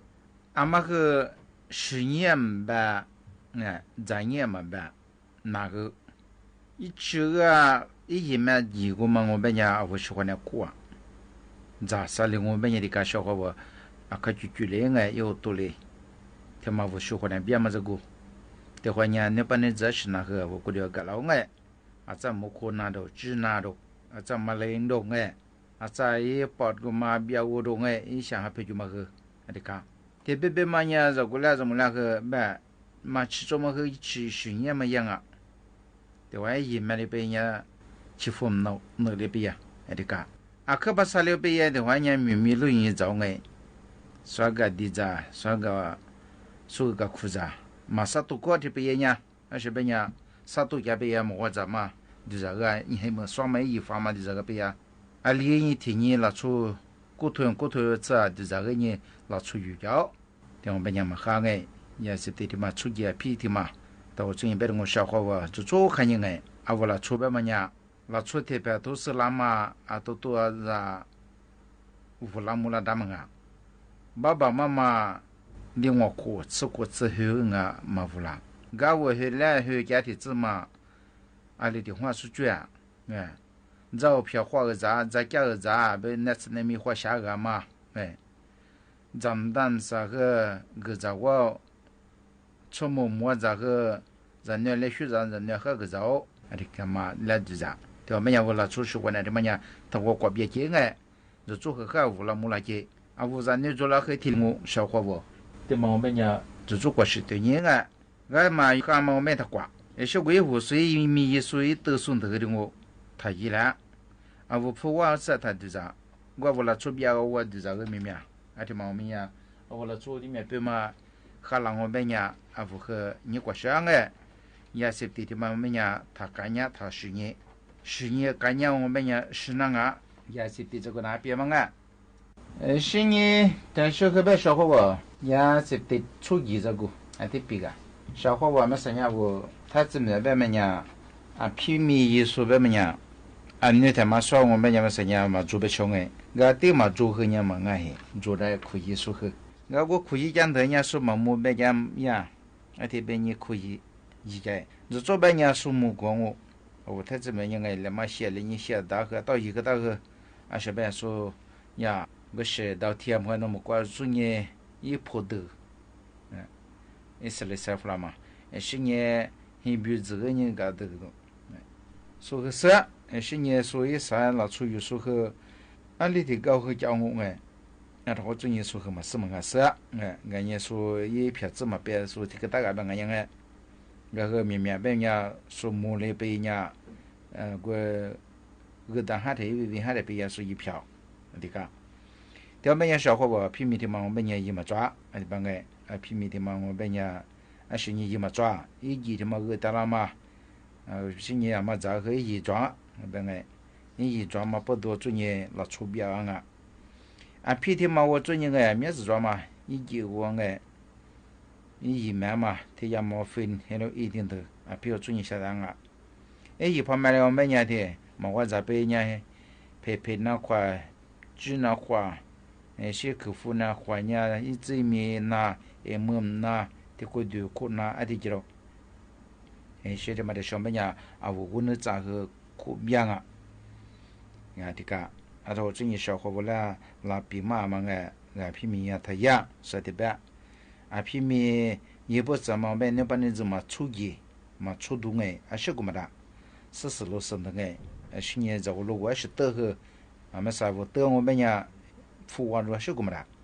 但们家拼命他也说的办拼命也把们家面子比较那提这么说着所以标说着标我和追我了，你这么样我和这个买错说么的办说标对。我拉出面对平年咱家会不会国家的这个咱们本年咱们人呢，也是么家个某个你嘛少红对么呀？也平民们听么呀？他一来小伙不？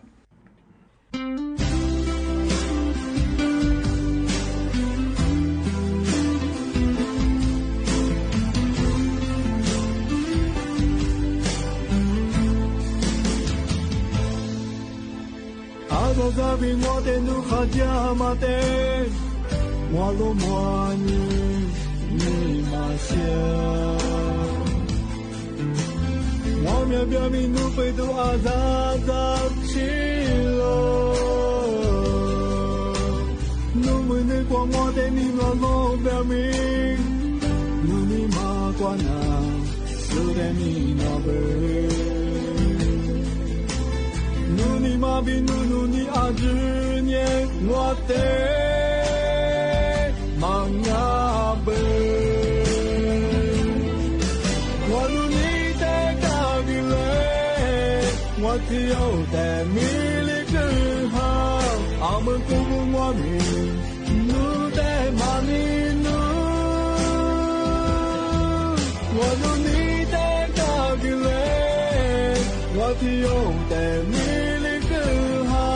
我们共不暖米，我的米粮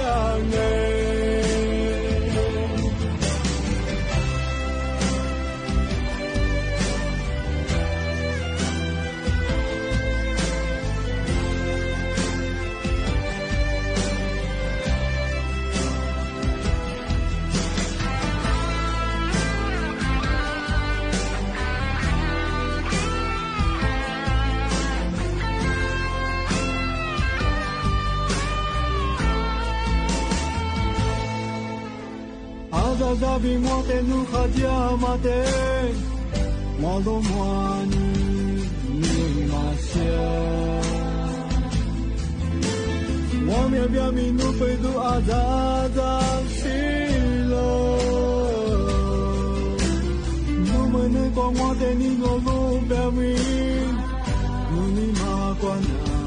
苏的你那贝。努尼马比努尼阿之年我的忙啊贝，我努尼的高比嘞，我只有的米里更好，阿不古布我米努的马尼努，我努尼的高比嘞，我只有的米。我们共不暖米，我的米粮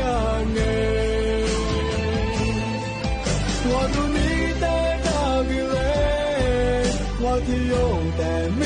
里更好，我们共不我米，努的马尼努，我努力的高比嘞，我只有的米里更好，我们共不我米。我的米粮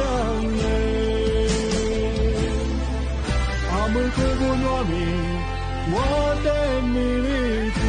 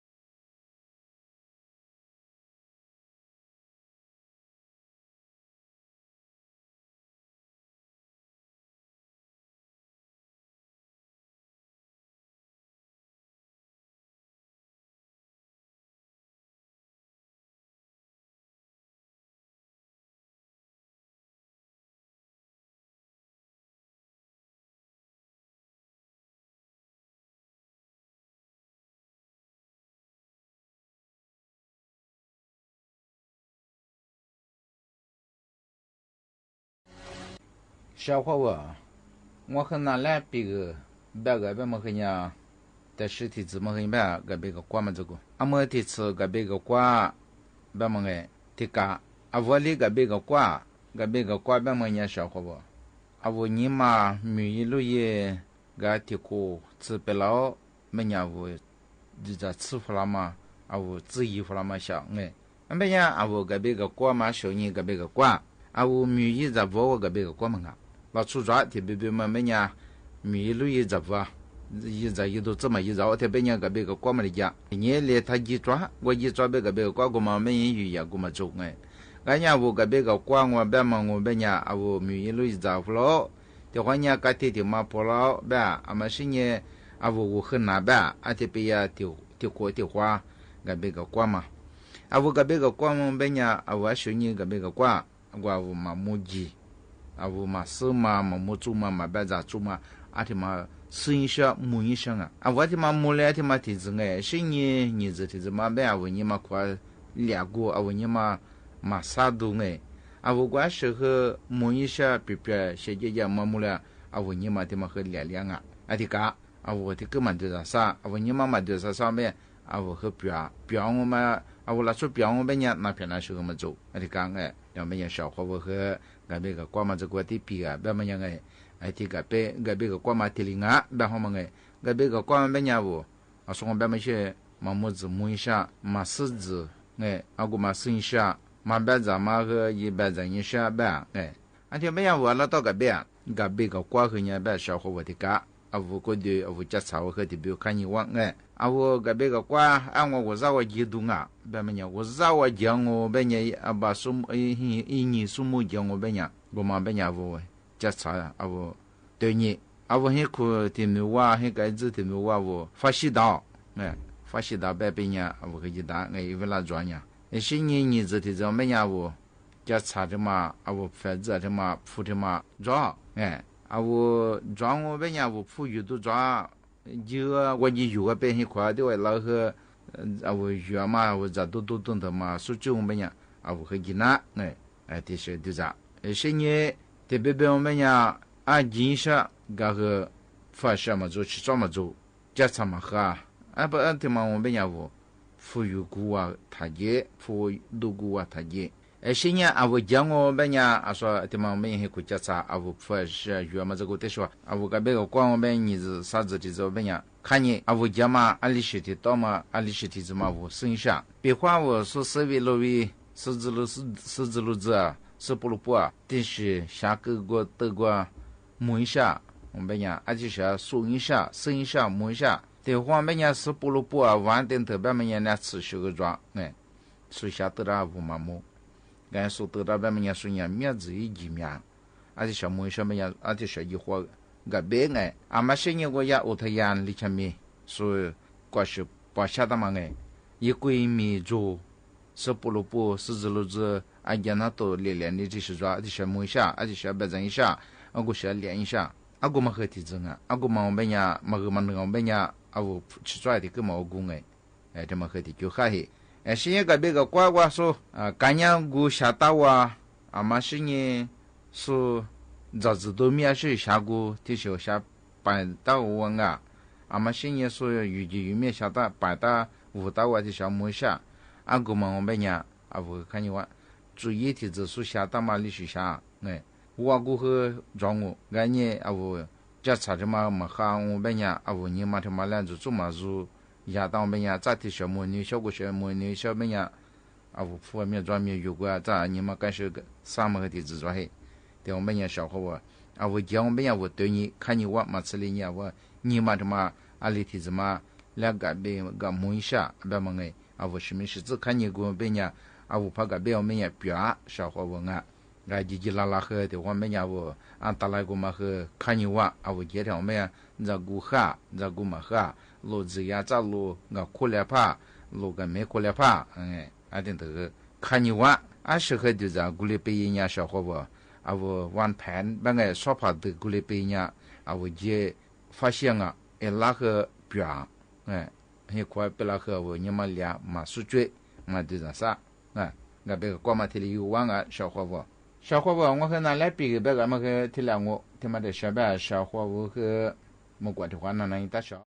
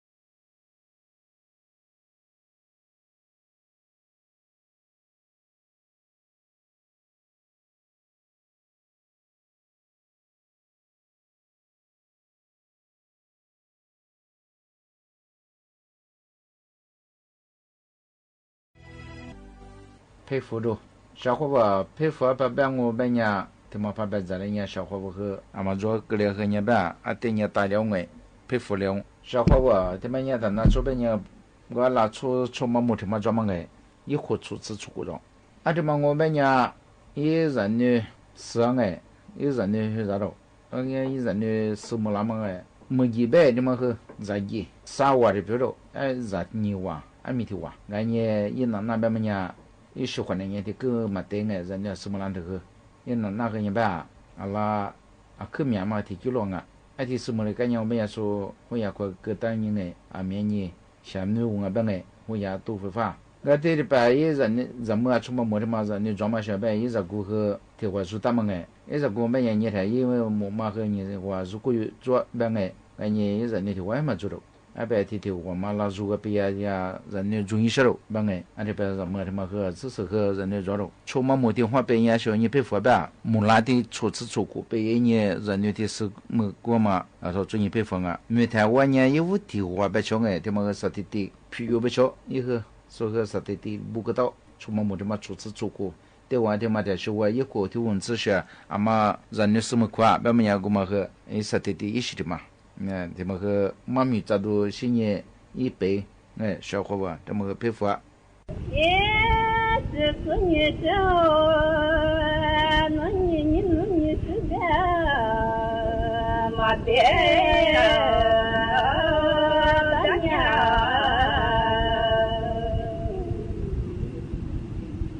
一三爹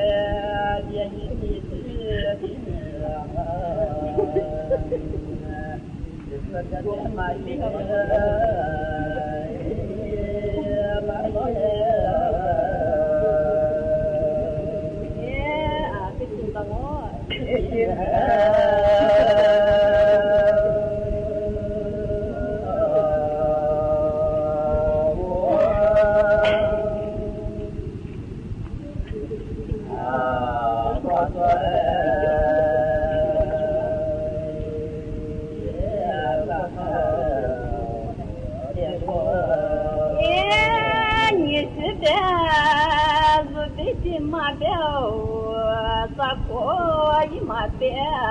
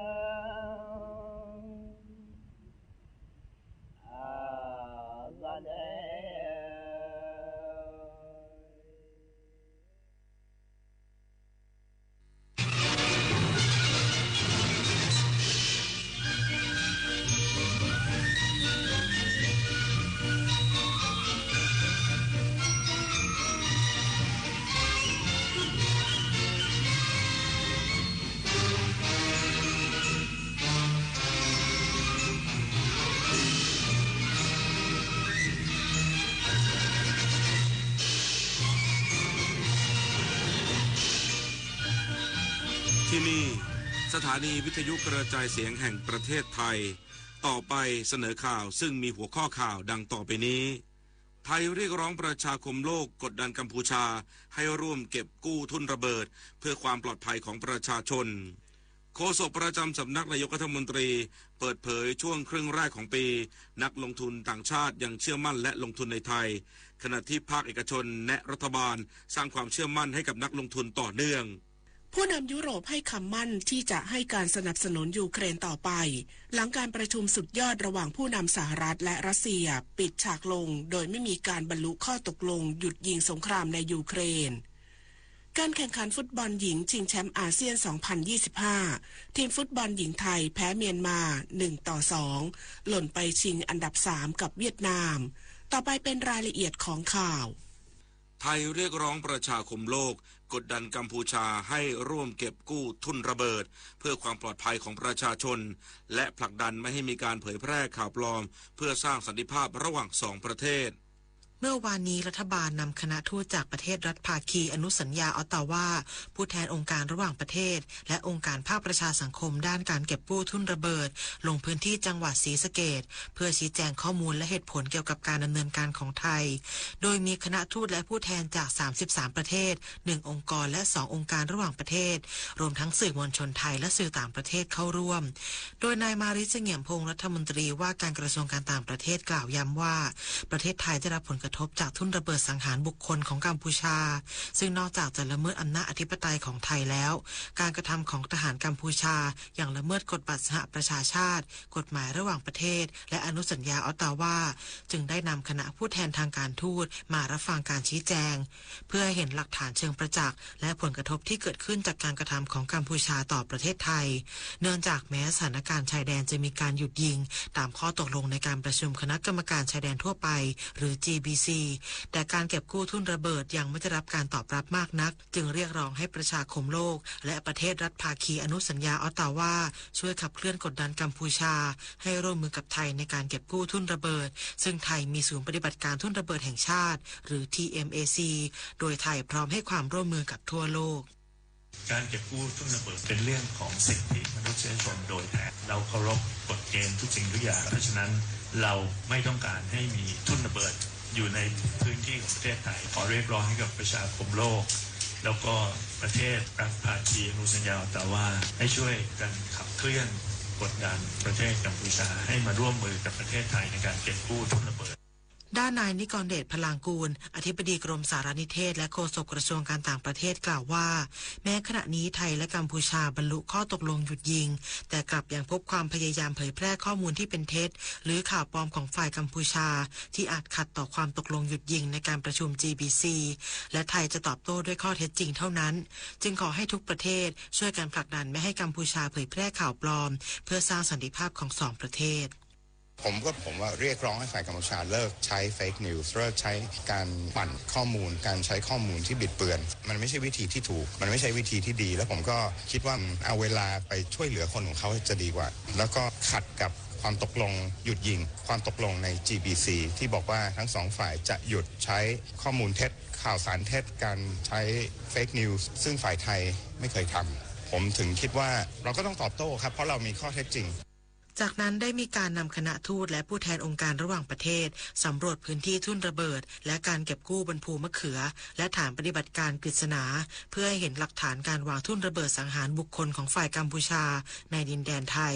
ซึ่งคณะได้รับทราบข้อเท็จจริงจากเจ้าหน้าที่ผู้ปฏิบัติงานในพื้นที่พร้อมเห็นถึงหลักฐานเชิงประจักษ์ได้แก่ทุ่นระเบิดที่ถูกลอบวางใหม่ในพื้นที่ที่ทำให้ทหารไทยบาดเจ็บและทุพพลภาพรวมทั้งสังเกตการบ้านเรือนประชาชนในอำเภอกันทรลักษณ์ที่ได้รับความเสียหายอย่างรุนแรงจากการโจมตีโดยไม่เลือกเป้าหมายของฝ่ายกัมพูชา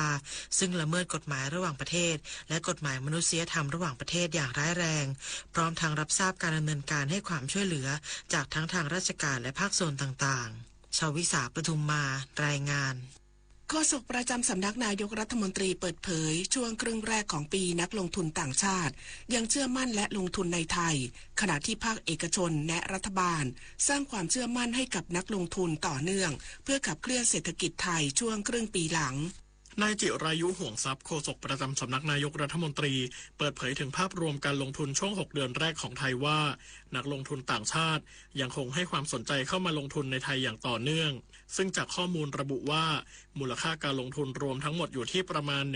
111,000 ล้านบาทจากนักลงทุนต่างชาติ502รายโดยนักลงทุนญี่ปุ่นเป็นกลุ่มที่เข้ามาลงทุนสูงสุดคิดเป็น20%หรือประมาณ 43,000 ล้านบาทรองลงมาคือสหรัฐอเมริกาจีนสิงคโปร์และฮ่องกงซึ่งนักลงทุนต่างชาติส่วนใหญ่ให้ความสนใจเข้ามาลงทุนในพื้นที่เขตพัฒนาเศรษฐกิจพิเศษภาคตะวันออกหรือ EEC โดยมุ่งเน้นการลงทุนเพื่อผลิตสินค้าส่งออกและจำหน่ายในประเทศไทยบางส่วนประเทศไทย6 เดือนนะครับปรากฏว่ามีรายงานเข้ามาครับว่านักลงทุนต่างชาติยังสนใจเข้ามาลงทุนมากถึง 111,000 ล้านบาทครับตัวเลขดังกล่าวนี้นะครับมาทั้งหมดเนี่ยเกือบ502ราย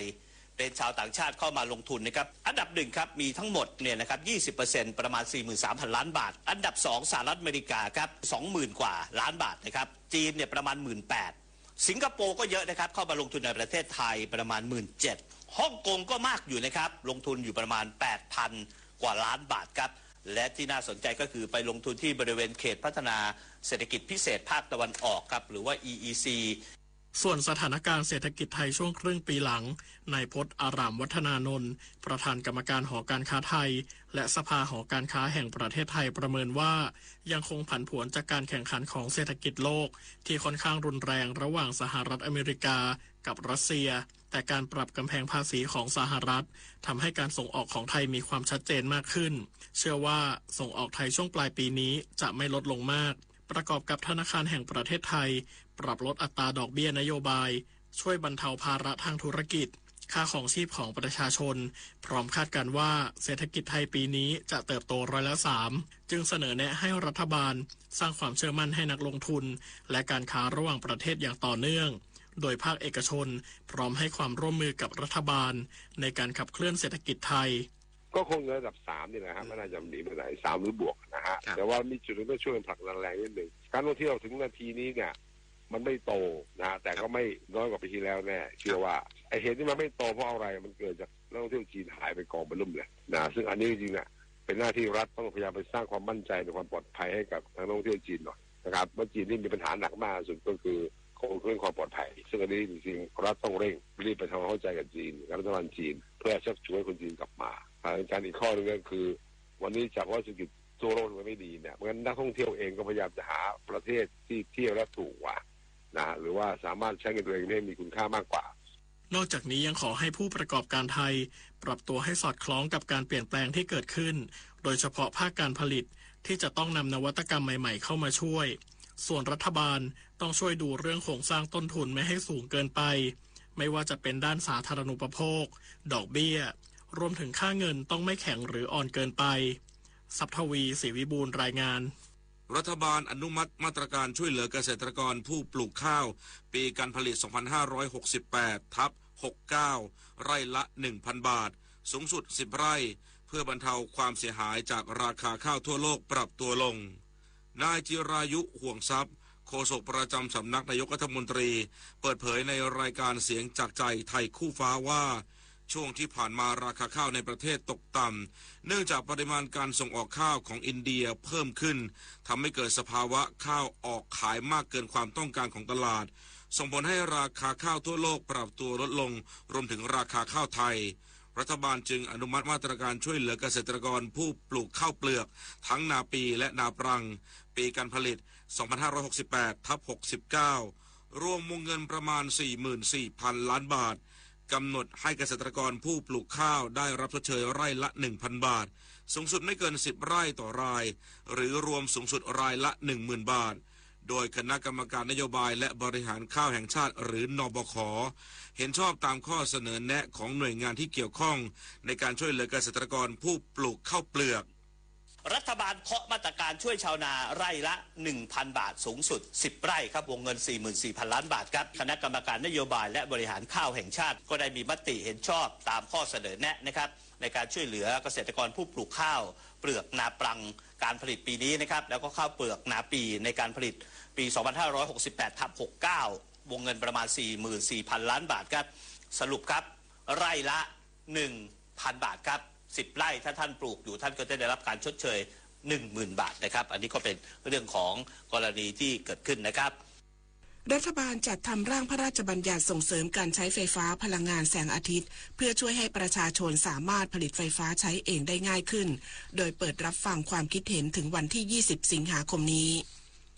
นางสาวศศิการวัฒนาจันทร์รองโฆษกประจำสำนักนายกรัฐมนตรีเปิดเผยว่ารัฐบาลได้จัดทำร่างพระราชบัญญัติส่งเสริมการใช้ไฟฟ้าพลังงานแสงอาทิตย์ขึ้นเพื่อเป็นกฎหมายเฉพาะสำหรับการติดตั้งระบบโซลาร์เซลล์ของประชาชนโดยตรงซึ่งจะช่วยให้ประชาชนสามารถผลิตไฟฟ้าใช้เองได้ง่ายขึ้นลดขั้นตอนการยื่นขออนุญาตจากหลายหน่วยงานและเปลี่ยนเป็นระบบแจ้งติดตั้งที่สะดวกรวดเร็วสอดคล้องกับนโยบายการใช้พลังงานสะอาดของรัฐบาล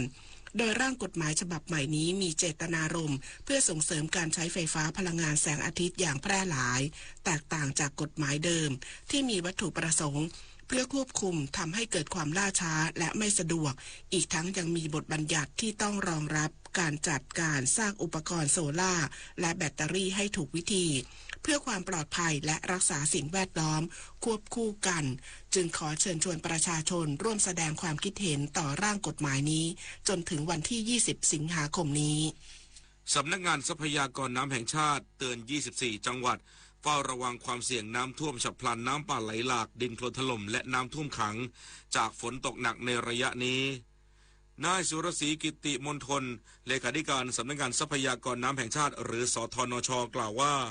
จากการติดตามสถานการณ์น้ำในระยะนี้จนถึงวันพรุ่งนี้ประเทศไทยมีฝนเพิ่มขึ้นและมีฝนตกหนักบางแห่งโดยมีฝนตกหนักมากบางพื้นที่ทำให้พื้นที่ 24 จังหวัดภาคเหนือภาคตะวันออกเฉียงเหนือภาคตะวันออกและภาคใต้ฝั่งตะวันตกมีความเสี่ยงน้ำท่วมฉับพลันน้ำป่าไหลหลากดินโคลนถล่มและน้ำท่วมขังซึ่งศูนย์ปฏิบัติการธรณีพิบัติภัยกรมทรัพยากรธรณีออกประกาศขอให้อาสาสมัครเครือข่ายกรมทรัพยากรธรณีและประชาชนทั่วไปเฝ้าระวังภัยดินถล่มและน้ำป่าไหลหลากในพื้นที่จังหวัดตากแพร่น่านเชียงรายลำปางอุตรดิตถ์กาญจนบุรีจันทบุรีตราดชุมพรระนองพังงาและภูเก็ตโดยให้เตรียมความพร้อมเฝ้าระวังภัยและวัดปริมาณน้ำฝนอย่างต่อเนื่อง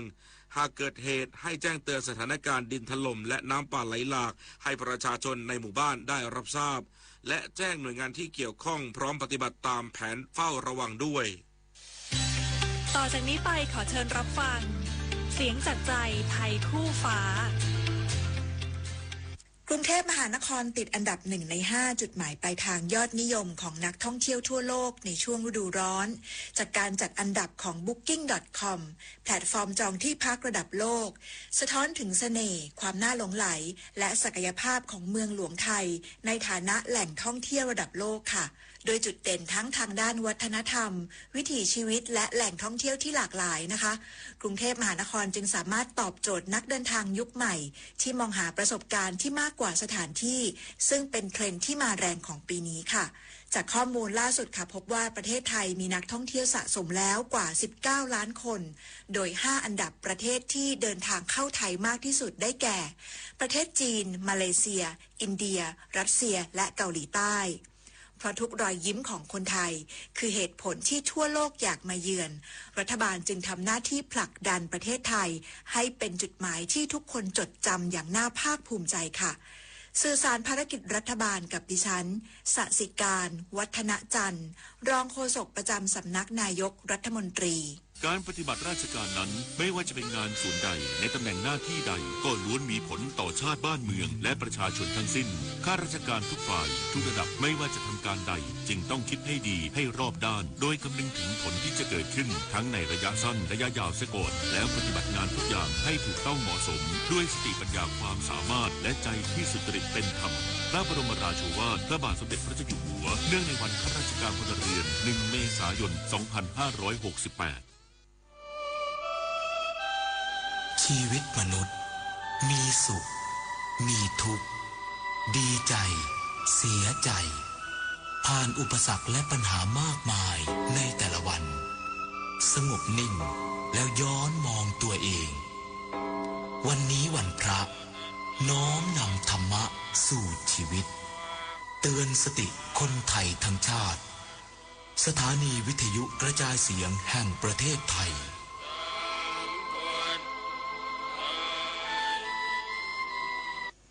7 นาฬิกา 15 นาทีต่อไปรับฟังข่าวต่างประเทศครับบรรดาผู้นำยุโรปอาทินายกรัฐมนตรีฟิลิปแมชของเยอรมนีประธานาธิบดีเอเมลมาคงผู้นำฝรั่งเศสนายกรัฐมนตรีเคียร์สตาร์เมอร์ของอังกฤษและนางจอร์เจียเมโลนีนายกรัฐมนตรีอิตาลีออกแถลงการร่วมที่ให้คำมั่นว่าจะให้การสนับสนุนยูเครนต่อไปและยังคงกดดันรัสเซียจนกว่าสงครามในยูเครนจะยุติลงแถลงการร่วมดังกล่าวมีขึ้นภายหลังการประชุมสุดยอดระหว่างประธานาธิบดีโดนัลด์ทรัมป์ผู้นำสหรัฐกับประธานาธิบดีวลาดิเมียร์ปูตินผู้นำรัสเซียที่รัฐ阿拉斯加ของสหรัฐเมื่อวันที่15 สิงหาคมที่ผ่านมาเพื่อหาทางยุติสงครามรัสเซียยูเครนที่ยืดเยื้อมานานกว่า3 ปีครึ่งจบลงโดยไม่มีการบรรลุข้อตกลงใดๆโดยผู้นำสหรัฐเน้นย้ำว่าหนทางที่ดีที่สุดที่จะยุติสงครามในยูเครนคือการบรรลุข้อตกลงสันติภาพไม่ใช่ข้อตกลงหยุดยิงกองทัพอิสราเอลออกแถลงการที่ระบุว่าพลเรือนในฉนวนกาซาจะได้รับการแจกจ่ายเต็นท์และอุปกรณ์ที่พักอื่นๆตั้งแต่วันที่17 สิงหาคมเป็นต้นไปก่อนที่พลเรือนเหล่านี้จะย้ายออกจากเขตสู้รบไปยังพื้นที่ปลอดภัยทางตอนใต้ของฉนวนกาซาโดยสหประชาชาติและองค์กรบรรเทาทุกข์ระหว่างประเทศต่างๆจะทำหน้าที่จัดส่งอุปกรณ์ที่พักดังกล่าวหลังผ่านการตรวจสอบของกระทรวงกลาโหมอิสราเอลความเคลื่อนไหวดังกล่าวเกิดขึ้นเพียงไม่กี่วันหลังอิสราเอลประกาศเตรียมเปิดปฏิบัติการทางทหารรอบใหม่เพื่อยึดครองเมืองกาซาซิตี้ทางตอนเหนือของฉนวนกาซาซึ่งเป็นที่อยู่อาศัยของพลเรือนชาวปาเลสไตน์กว่า 2,200,000 คนขณะที่นานาชาติต่างแสดงความกังวลว่าการยึดครองเมืองกาซาซิตี้จะทำให้วิกฤตด้านมนุษยธรรมในฉนวนกาซาเลวร้ายลงไปอีกประธานาธิบดีปราโบโวซูเบนโตผู้นำอินโดนีเซียเปิดเผยว่าเด็กนักเรียนเด็กก่อนวัยเรียนสตรีมีครรภ์และมารดาที่ให้นมบุตรในอินโดนีเซียกว่า20 ล้านคนได้ประโยชน์จากโครงการมื้ออาหารฟรีตามหลักโภชนาการของรัฐบาลพร้อมเน้นย้ำว่าโครงการดังกล่าวเป็นมากกว่ามาตรการด้านสวัสดิการสังคมแต่ยังเป็นการลงทุนเชิงยุทธศาสตร์ในการสร้างคนรุ่นต่อไปที่มีสุขภาพแข็งแรงมีความฉลาดและมีประสิทธิภาพทั้งนี้ผู้นำอินโดนีเซียเริ่มเปิดตัวโครงการมื้ออาหารฟรีตามหลักโภชนาการเมื่อเดือนมกราคมที่ผ่านมาโดยตั้งเป้าจัดสรรมื้ออาหารฟรีแก่เด็กนักเรียนและหญิงตั้งครรภ์ทั่วประเทศ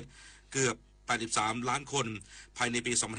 2572 อย่างไรก็ตามโครงการดังกล่าวยังคงเผชิญความท้าทายด้านการบริหารจัดการมากมาย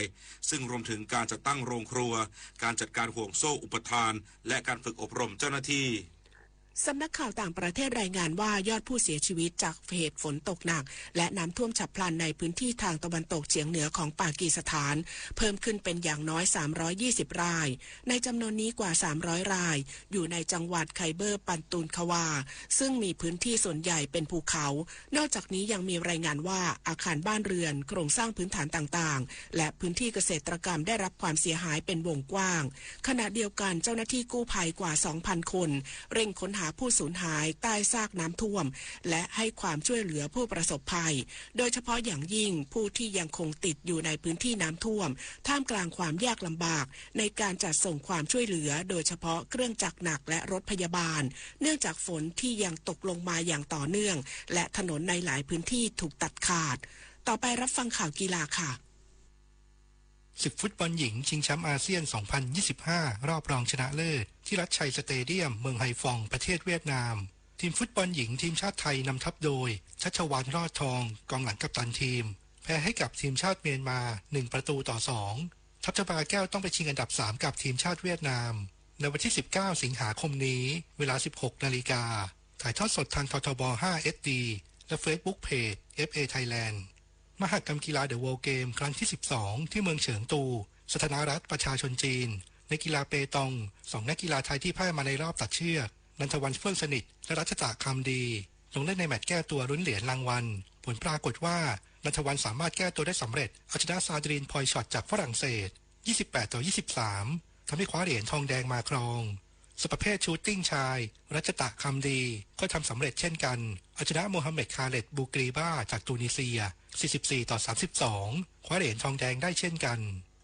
ด้านการแข่งขันโดรนเลสซิ่ง น้องมิววรยาวรรณผ่องวัย 18 ปีอดีตแชมป์โลกตัวเดินเลสซิ่งในประเภทหญิงทำผลงานเข้าถึงรอบ 16 คนสุดท้ายซึ่งในรอบนี้น้องมิวจบอันดับ 3 ต้องไปแข่งขันในรอบแก้ตัวซึ่งในรอบดังกล่าวเจ้าตัวก็จบอันดับ 3 อีกเช่นกันซึ่งไม่เพียงพอที่จะเข้าไปแข่งขันในรอบก่อนรองชนะเลิศเทควันโดภูมิเซ่รายการ WT President Cup Oceania และ Australian Open ที่เมืองโกลด์โคสต์ประเทศออสเตรเลียนักเทควันโดภูมิเซ่ไทยทำผลงานได้อย่างยอดเยี่ยมคว้ามาได้ทั้งหมด4เหรียญทอง3เหรียญทองแดงหรือ4เหรียญทองได้จากคู่ผสมธนาเขียวลายเลิศกับชุติการลาดนิติยพันธ์ชายเดี่ยวฟรีสไตล์นาวินปินทสูตรเดี่ยวหญิงฟรีสไตล์ธิดารีแก้วโอรานวสุและภูมิเซ่ทีมหญิงชุติการลาดนิตยพันธ์ชลกรชยวัฒโธและสัตสิภาชูผล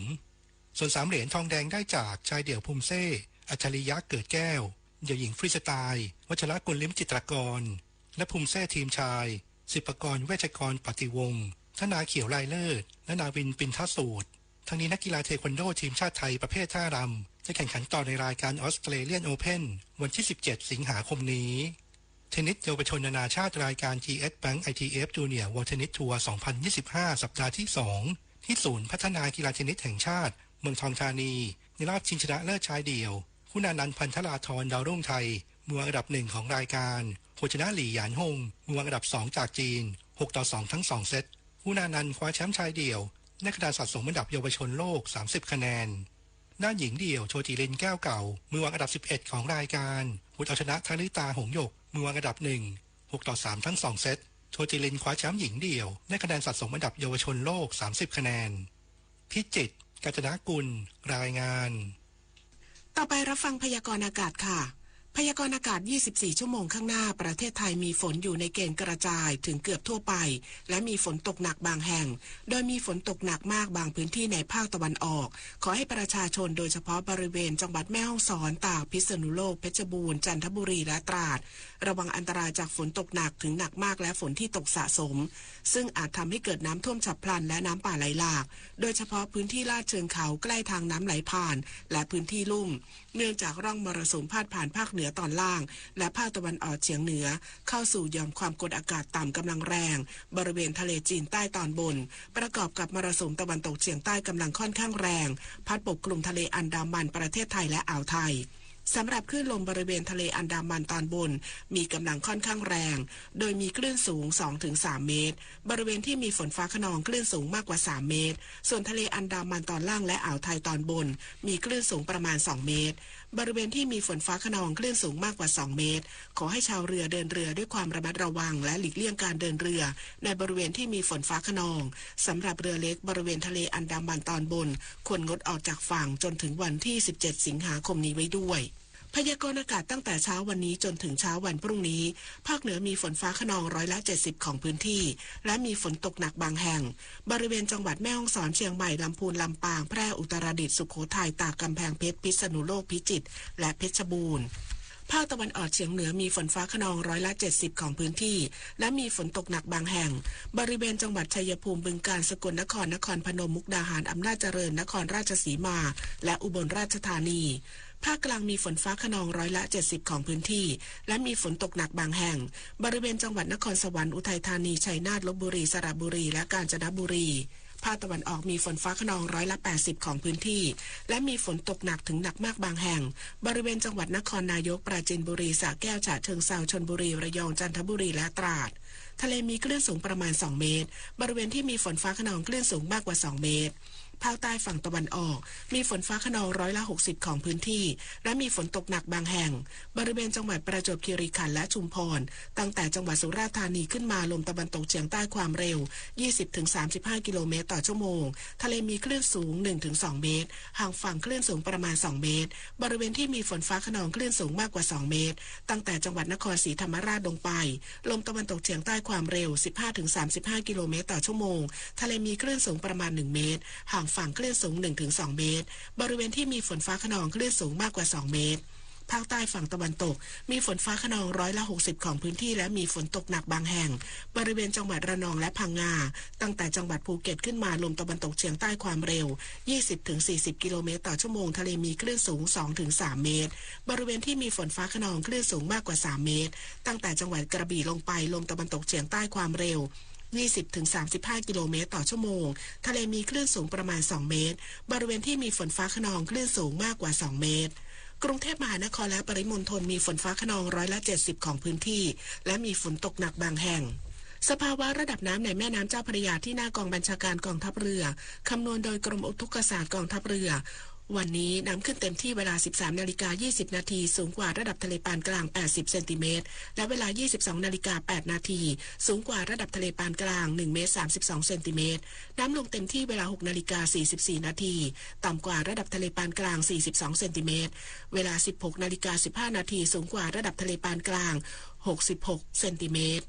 วันนี้ที่ประภาคารกาญจนาภิเษกแหลมพรหมเทพจังหวัดภูเก็ตดวงอาทิตย์ตกเวลา 18:42 นาทีกรุงเทพมหานครดวงอาทิตย์ตกเวลา 18:38 นาที1 นาทีกับกปท.หากเจ้าของรถเห็นว่าบริเวณห้องเครื่องยนต์ของรถยนต์สกปรกและต้องการล้างห้องเครื่องด้วยการฉีดน้ำเข้าไปนั้นควรคำนึงถึงเรื่องความเสียหายของเครื่องยนต์ด้วยเพราะหากเป็นเครื่องยนต์ระบบหัวฉีดภายในห้องเครื่องยนต์จะประกอบไปด้วยอุปกรณ์อิเล็กทรอนิกส์ต่างๆตัวรับสัญญาณและจุดขั้วต่อสัญญาณหลายจุดหากมีน้ำรั่วซึมเข้าไปในระบบอาจก่อให้เกิดความเสียหายกับชิ้นส่วนต่างๆเหล่านั้นโดยอาจจะส่งผลให้เครื่องยนต์มีปัญหาเดินไม่เรียบดังนั้นหากต้องการทำความสะอาดภายในห้องเครื่องยนต์ด้วยตัวเองจะต้องใช้ความระมัดระวังด้วยการใช้ถุงพลาสติกคลุมชิ้นส่วนต่างๆที่เกี่ยวข้องกับระบบไฟฟ้าและอุปกรณ์อิเล็กทรอนิกส์ให้มิดชิดเสียก่อนเพื่อป้องกันความเสียหายหากมีน้ำเข้าไปในเครื่องยนต์หรือทางที่ดีให้ช่างผู้มีความเชี่ยวชาญเป็นผู้ดำเนินการล้างให้จะดีที่สุดค่ะ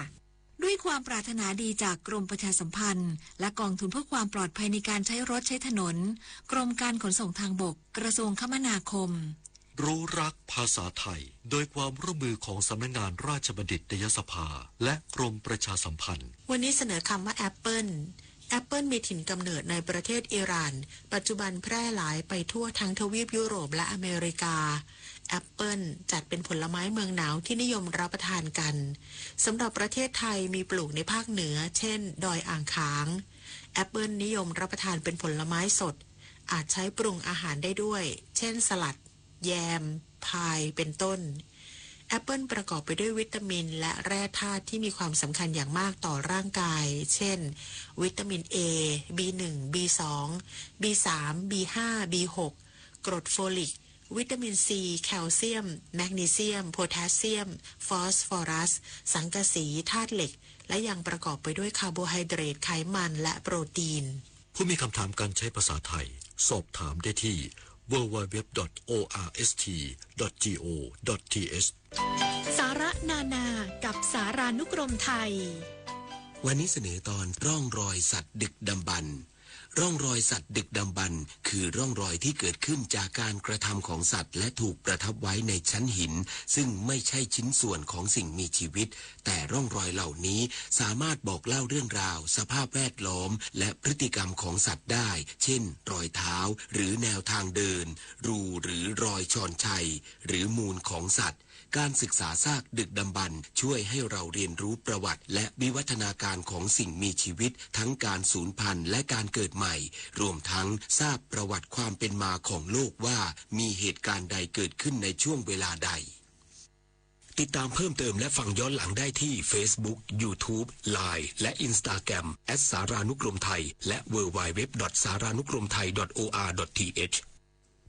สำหรับช่วงที่2ติดตามรับฟังการวิเคราะห์เกี่ยวกับความขัดแย้งของประเทศต่างๆที่นำไปสู่สงครามและผลกระทบทางเศรษฐกิจในช่วงสร้างบ้านแปลงเมืองโดยนายวิกรมกรมดิษฐ์ค่ะ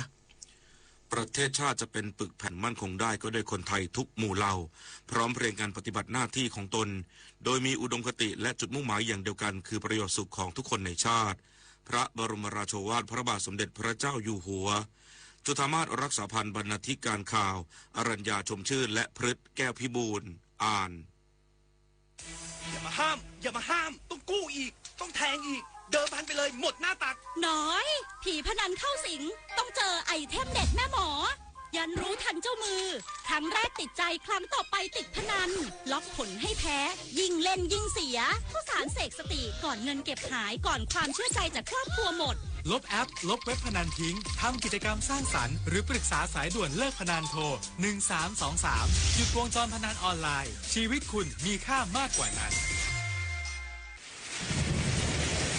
ายุรุนแรงคลื่นความร้อนน้ำท่วมฉับพลันสภาพอากาศสุดขั้วกำลังทวีความรุนแรงขึ้นอย่าชะล่าใจกับภัยธรรมชาติที่คาดเดาไม่ได้แต่เราสามารถช่วยกันชะลอสภาพอากาศสุดขั้วด้วยการลดการใช้พลังงานหันมาใช้ขนส่งสาธารณะและพลังงานสะอาดทิ้งเศษอาหารให้น้อยที่สุดมาช่วยกันลดคาร์บอนฟุตพริ้นท์เพราะทุกการกระทำเล็กๆของเราล้วนเป็นก้าวที่ยิ่งใหญ่ในการปกป้องโลกใบนี้กลับมารับฟังข่าวช่วงที่2ครับท่านผู้ฟังครับในช่วงสร้างบ้านแปลงเมืองโดยคุณวิกรมกรมดิษฐ์วันนี้จะวิเคราะห์เกี่ยวกับความขัดแย้งของประเทศต่างๆที่นำไปสู่สงครามและผลกระทบทางเศรษฐกิจขอเชิญติดตามรับฟังครับ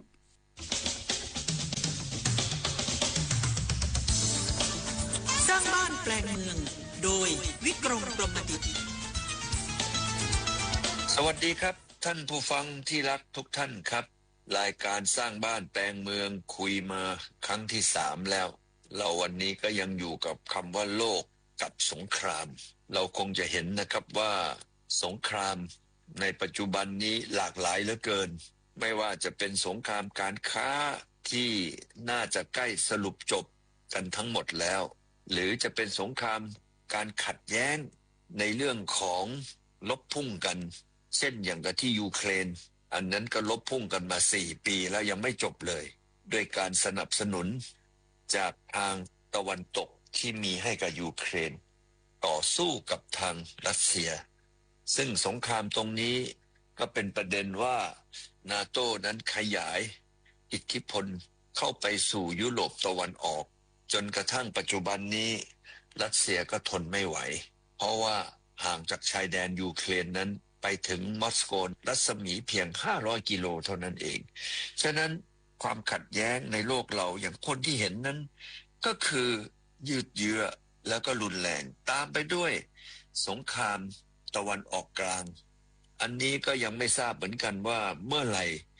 ชาวยิวกับชาวอาหรับจะยุติการลบพุ่งกันได้เพราะลบพุ่งกันมาเป็นพันปีแล้วอันนี้ก็เป็นส่วนหนึ่งที่โลกเรา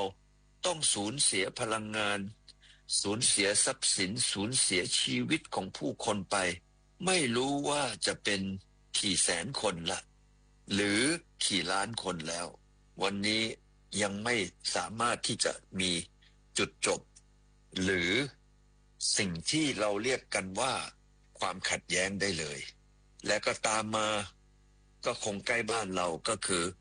สงครามที่เรามีกับกัมพูชาซึ่งเราก็ถือว่าเป็นเพื่อนบ้านกันแล้วอยู่ในยุคนี้ที่เป็นอาเซียนด้วยกันนั้นกลับกลายเป็นว่ายังต้องมาลบพุ่งกันวันนี้สิ่งเหล่านี้เป็นสิ่งที่น่าเสียดายว่าทำไมมนุษย์เรามีความเจริญทางด้านเกี่ยวกับข่าวสารการติดต่อการค้าขายเรายังทำไมต้องมาลบกันเศรษฐกิจไทยตอนนี้แย่แล้วก็แย่ลงไปอีกฉะนั้นเราคงจะเห็นภายในรัฐบาลไทยของเราก็มีความขัดแย้งกันไม่ทราบว่าเราต่อไปจะบริหารจัดการอย่างไงเกี่ยวกับเรื่องของการบริหารในประเทศไทยวันนี้ทุกอย่างแย่ไปหมดเราก็เลยมาคุยกันว่าโลกกับสงครามซึ่งเป็นทั้งโลกแล้วโลกวันนี้ของเรานั้นก็ปั่นป่วนไปด้วยสารพัดอย่างสารพัดเรื่องที่เรานั้นไม่ควรที่จะต้องมาเสียเวลาสูญเสียค่าใช้จ่ายกับในสิ่งที่เราไม่จำเป็นจะต้องไปเพราะว่าสงครามนั้นเกิดขึ้นทุกแห่งวันนี้ถ้าเกิดว่าในภาครัฐของเรานั้น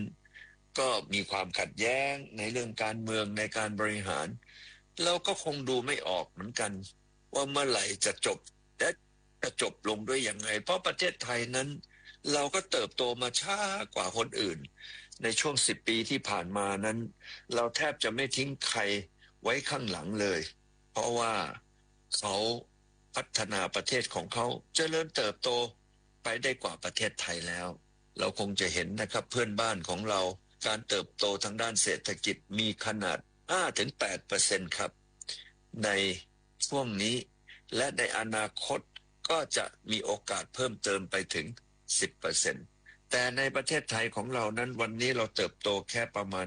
1% เศษวันนี้ก็คงมาจากเรื่องของความขัดแย้งนั่นเองและผมก็เชื่อว่าโลกใบนี้ของเรานั้น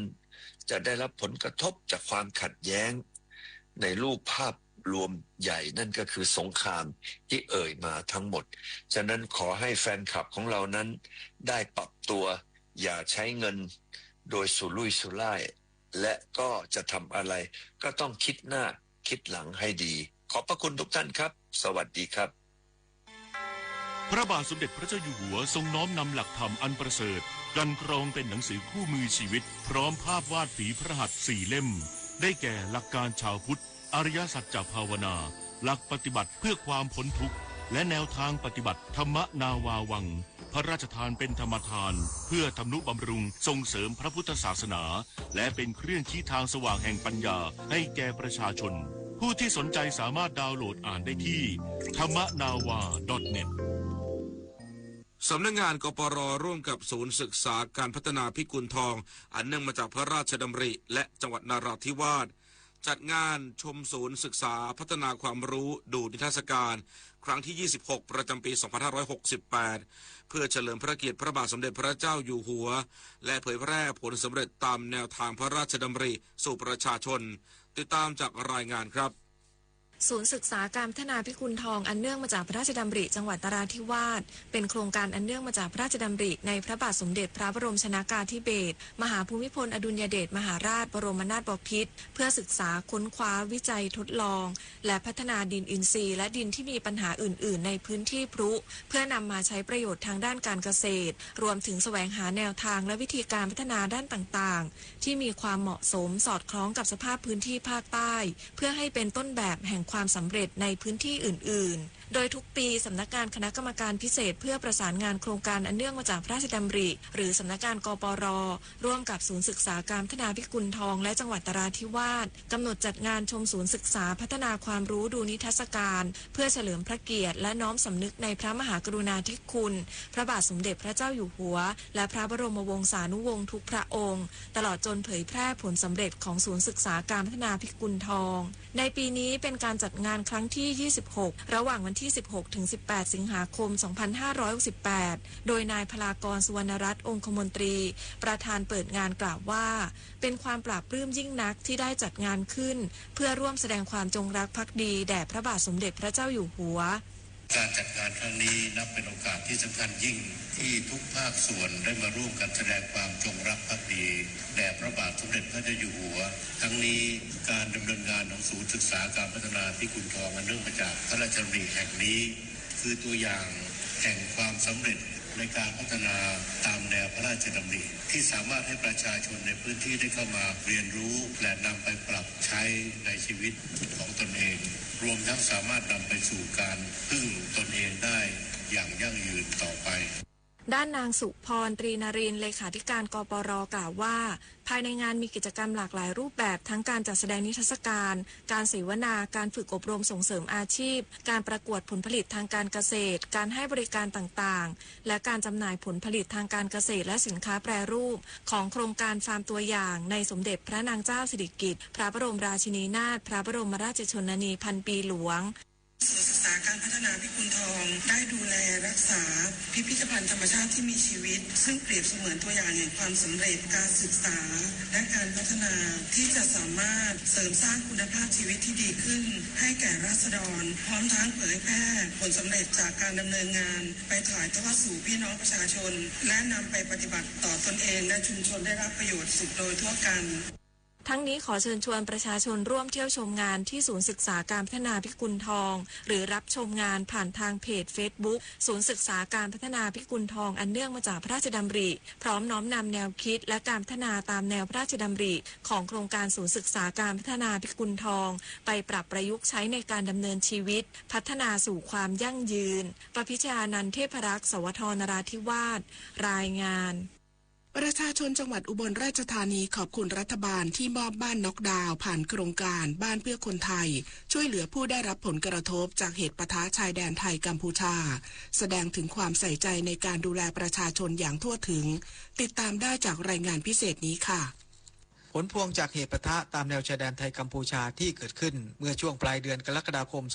2568 ที่ผ่านมาได้สร้างความเสียหายอย่างหนักต่อชีวิตและทรัพย์สินของประชาชนชาวไทยตามแนวชายแดนไทยกัมพูชาอำเภอน้ำยืนจังหวัดอุบลราชธานีเป็นอีกหนึ่งพื้นที่ที่ได้รับความเสียหายดังกล่าวมีบ้านเรือนเสียหายกว่า 80 หลังคาเรือนทั้งเสียหายเล็กน้อยเสียหายปานกลางและเสียหายทั้งหลังจากการสูญเสียในครั้งนี้รัฐบาลมีความห่วงใยและติดตามให้ความช่วยเหลือประชาชนอย่างใกล้ชิดนายภูมิธรรมเวชยชัยรักษาการนายกรัฐมนตรีมอบหมายให้พันตำรวจเอกทวีสอดส่องรัฐมนตรีว่าการกระทรวงยุติธรรมและนางสาวธีรรัตน์สำเร็จวานิชรัฐมนตรีช่วยว่าการกระทรวงมหาดไทยลงพื้นที่มอบบ้านเพื่อคนไทยโดยในระยะแรกได้มีการดำเนินการก่อสร้างบ้านเพื่อคนไทยแบบน็อกดาวน์สำเร็จรูปจำนวน11หลังให้ผู้ที่บ้านเรือนเสียหายทั้งหลังในพื้นที่ตำบลศรีวิเชียรและตำบลโดมประดิษฐ์อำเภอน้ำยืนได้อยู่อาศัยชั่วคราวจนกว่าการก่อสร้างบ้านใหม่จะแล้วเสร็จสำหรับบ้านน็อกดาวน์ที่มอบให้กับผู้ประสบภัยมีทั้งขนาด36ตารางเมตรและ54ตารางเมตรมีห้องนอนห้องนั่งเล่นห้องรับแขกห้องสุขาพร้อมเฟอร์นิเจอร์เครื่องปรับอากาศทีวีเตียง6ฟุตตู้เย็นตู้เสื้อผ้าระบบไฟฟ้าและอินเทอร์เน็ตพันตำรวจเอกทวีสอดส่องรัฐมนตรีว่าการกระทรวงยุติธรรมกล่าวว่ารัฐบาลห่วงใยและขอเป็นกำลังใจในนามรัฐบาลรับปากว่าจะเร่งรัดฟื้นฟูเพื่อขวัญกำลังใจและจะดูแลการเสียโอกาสที่ทุกคนเสียรายได้จากการหยุดอาชีพบ้านน็อกดาวน์ข้างในเนี่ยมีโครงสร้างครบหมดสภาพเหมือนคอนโดที่คนอยู่ในกรุงเทพอยู่อย่างสบายและอยู่แบบครอบครัวที่สามารถให้ใช้ชีวิตครอบครัวได้มามอบให้เพื่อจะแสดงว่าเราจะทำให้เร็วมันเป็นวาระวิกฤตเกิดจากการลดการช่วยเหลือก็ต้องช่วยแบบพิเศษไม่ใช่ที่นี่ที่เดียวกับอีกทุกแห่งทั้ง7จังหวัดการช่วยเหลือประชาชนต้องไม่มีวันพักต้องทำแม้แต่วันหยุดเพราะความทุกข์ของประชาชนทุกมานานแล้วด้านนางสาวธีรรัตน์สำเร็จวานิชรัฐมนตรีช่วยว่าการกระทรวงมหาดไทยซึ่งลงพื้นที่ติดตามดูแลประชาชนอย่างใกล้ชิดเห็นบ้านเรือนประชาชนพังทั้งหลังมีความเป็นห่วงรัฐบาลจะทำงานอย่างเต็มที่เพื่อช่วยเหลือพี่น้องประชาชนพวกเราที่ได้รับมอบหมายในแต่ละพื้นที่ทั้ง4จังหวัดชายแดนอุบลราชธานีบุรีรัมย์ศรีสะเกษแล้วก็สุรินทร์นะคะก็ได้ลงไปเก็บข้อมูลของผู้ที่รับผลกระทบมาแล้วก็ได้นำมาประเมินในเรื่องของการช่วยเหลือที่จะลงไปซึ่งเราก็จะทำให้เร็วที่สุดก็ทำให้เขาได้มีความอุ่นใจมากขึ้นว่ารัฐบาลเองก็ไม่ทอดทิ้งรวมถึงได้รับการสนับสนุนจากภาคเอกชนที่จะช่วยให้วิกฤตนี้ผ่านไปด้วยกันให้ได้ขณะที่นายณัฐกิจตาดีอยู่บ้านนาสามัคคีหมู่ที่5ตำบลศรีวิเชียรอำเภอน้ำยืนซึ่งเป็นหนึ่งในผู้ประสบภัยบ้านเรือนเสียหายทั้งหลังและได้รับบ้านน็อกดาวน์เป็นการช่วยเหลือเบื้องต้นกล่าวว่าครอบครัวของตนมีสมาชิกทั้งหมด4คนโดยมีผู้ป่วยติดเตียงด้วยอยากจะได้บ้านหลังใหม่โดยเร็วและขอขอบคุณรัฐบาลที่เข้ามาช่วยเหลือมอบบ้านน็อกดาวน์เพื่อคนไทยให้อยู่ชั่วคราวก่อนก็ขอบคุณรัฐมนตรีและก็ทีมงานรัฐบาลและก็หน่วยงานรัฐวิสาหกิจครับที่ได้ยื่นมือเข้ามาช่วยในเหตุการณ์ในครั้งนี้ได้เร็วครับผมก็ขอขอบคุณในโอกาสนี้ครับผมหลังจากที่ประชาชนได้รับบ้านหลังใหม่เรียบร้อยแล้วบ้านน็อกดาวน์ตามโครงการบ้านเพื่อคนไทยช่วยเหลือผู้ประสบภัยจากสถานการณ์ชายแดนไทยกัมพูชานี้รัฐบาลจะมอบให้พื้นที่นำไปพิจารณาให้ใช้เกิดประโยชน์ร่วมกันของคนในสังคมต่อไปกรกฎภูมิสวทบลราชธานีรายงานท่านผู้ฟังคะจังหวัดตรังได้รับคัดเลือกให้เป็นเจ้าภาพจัดการประชุมรัฐมนตรีแผนงานการพัฒนาเขตเศรษฐกิจ3ฝ่ายอินโดนีเซียมาเลเซียไทยในเดือนกันยายนนี้เป็นก้าวสำคัญในการผลักดันความร่วมมือทางเศรษฐกิจของอนุภูมิภาคให้เติบโตอย่างยั่งยืนติดตามรายละเอียดจากรายงานค่ะแผนงานการพัฒนาเขตเศรษฐกิจ3ฝ่ายอินโดนีเซียมาเลเซียไทยก่อตั้งเมื่อปี 2536 จากความเห็นชอบร่วมกันของผู้นำ3ประเทศคืออินโดนีเซียมาเลเซียและประเทศไทยมุ่งเน้นความร่วมมือเพื่อลดความเหลื่อมล้ำโดยใช้ประโยชน์จากจุดแข็งของแต่ละประเทศที่มีอยู่มาส่งเสริมเกื้อกูลกันแผนงาน IMTGT ครอบคลุมพื้นที่14จังหวัดภาคใต้8รัฐทางตอนเหนือและตะวันตกของมาเลเซียและครอบคลุมทั้ง10จังหวัดบนเกาะสุมาตราของอินโดนีเซีย จังหวัดตรังได้รับคัดเลือกให้เป็นเจ้าภาพจัดการประชุมรัฐมนตรีแผนงานการพัฒนาเขตเศรษฐกิจ3ฝ่ายอินโดนีเซียมาเลเซียไทยหรือ IMTGT ครั้งที่31ซึ่งจะจัดขึ้นระหว่างวันที่2ถึง4กันยายน2568ณโรงแรมเรือรัศดานายทรงกลดสว่างวงศ์ผู้ว่าราชการจังหวัดตรังเปิดเผยว่ารู้สึกเป็นเกียรติและภาคภูมิใจเป็นอย่างยิ่งที่จังหวัดตรังได้รับเลือกให้เป็นเจ้าภาพจัดการประชุมระดับนานาชาติในครั้งนี้การประชุม IMTGT เป็นเวทีสำคัญโดยมีเป้าหมายหลักเพื่อเร่งการเปลี่ยนแปลงทางเศรษฐกิจในอนุภูมิภาคโดยมุ่งเน้นการเพิ่มปริมาณการค้าและการลงทุนรวมถึงการพัฒนาคุณภาพชีวิตของประชาชนในพื้นที่ร่วมกันการที่จังหวัดตรังได้รับเกียรติให้เป็นเจ้าภาพในครั้งนี้นับเป็นโอกาสทองที่จะยกระดับบทบาทของจังหวัดตรังบนเวทีนานาชาติทำให้จังหวัดตรังเป็นที่รู้จักในฐานะจังหวัดที่มีความพร้อมและมีบทบาทสำคัญในการขับเคลื่อนเศรษฐกิจของอนุภูมิภาคนี้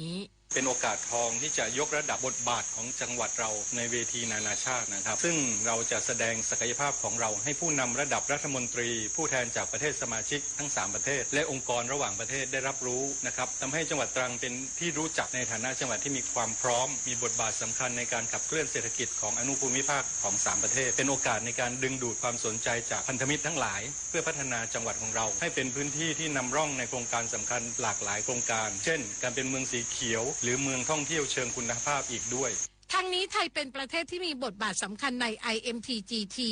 หากไทยสามารถใช้โอกาสจาก IMTGT ได้อย่างเต็มที่ก็จะสามารถก้าวขึ้นเป็นศูนย์กลางเศรษฐกิจของภูมิภาคและเสริมสร้างความได้เปรียบในการแข่งขันระดับอาเซียนในโลกที่เศรษฐกิจกำลังเปลี่ยนแปลงอย่างรวดเร็ว IMTGT อาจไม่ใช่แค่ความร่วมมือระดับอนุภูมิภาคแต่เป็นกุญแจสำคัญที่จะช่วยให้ไทยก้าวขึ้นเป็นผู้นำเศรษฐกิจแห่งเอเชียตะวันออกเฉียงใต้ต่อไปยศพรไกลศรีสวทตรังรายงานกระทรวงเกษตรและสหกรณ์ประกาศจุดยืนคัดค้านใช้สารเร่งเนื้อแดงภายในประเทศเพื่อรักษาผลประโยชน์เกษตรกรและความปลอดภัยของผู้บริโภคติดตามได้จากรายงานนี้ค่ะสารเร่งเนื้อแดงถือเป็นสารต้องห้ามตามกฎหมายไทยเนื่องจากมีผลกระทบต่อสุขภาพหากมีการสะสมในร่างกายอาจก่อให้เกิดปัญหาเกี่ยวกับระบบหัวใจและหลอดเลือดรวมถึงผลข้างเคียงอื่นที่เป็นอันตรายซึ่งรัฐบาลให้ความสำคัญกับสุขภาพของประชาชนและเพื่อรักษามาตรฐานคุณภาพของอาหารไทยโดยที่ผ่านมากรมปศุสัตว์กระทรวงเกษตรและสหกรณ์ได้ดำเนินการตามมาตรการเชิงรุกเฝ้าระวังการใช้สารเร่งเนื้อแดงในโรงฆ่าสัตว์โรงงานผลิตอาหารสัตว์และฟาร์มทั่วประเทศพร้อมตั้งเป้าหมายให้ไทยปลอดการใช้สารเร่งเนื้อแดงเพื่อสร้างความเชื่อมั่นให้กับผู้บริโภคและมีความพร้อมในการส่งออกไปยังประเทศคู่ค้าโดยมีกว่า160ประเทศที่เป็นประเทศที่มีคำสั่งห้ามใช้และห้ามนำเข้าสินค้าปศุสัตว์ที่มีสารเร่งเนื้อแดงนายอัธกร ศิริรัตยากรรัฐมนตรีว่าการกระทรวงเกษตรและสหกรณ์กล่าวว่า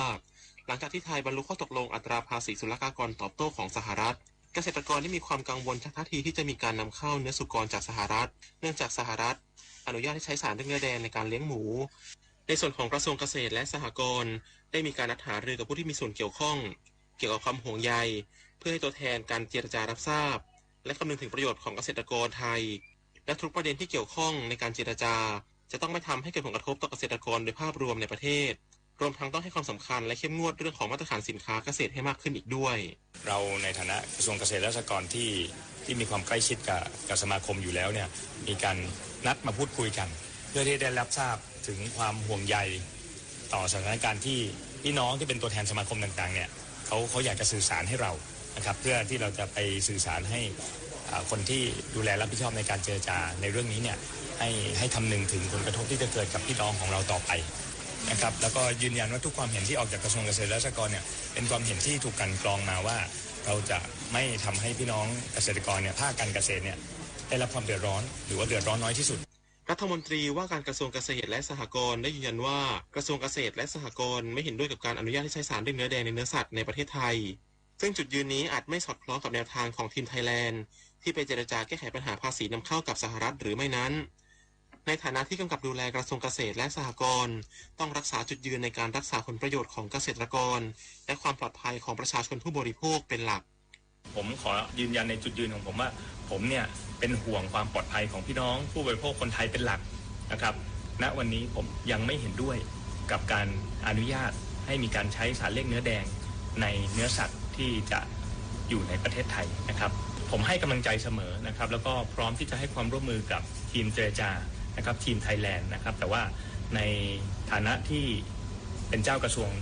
ดูแลกำกับกระทรวงเกษตรและสหกรณ์เนี่ยมันก็มีบางมิติที่เรา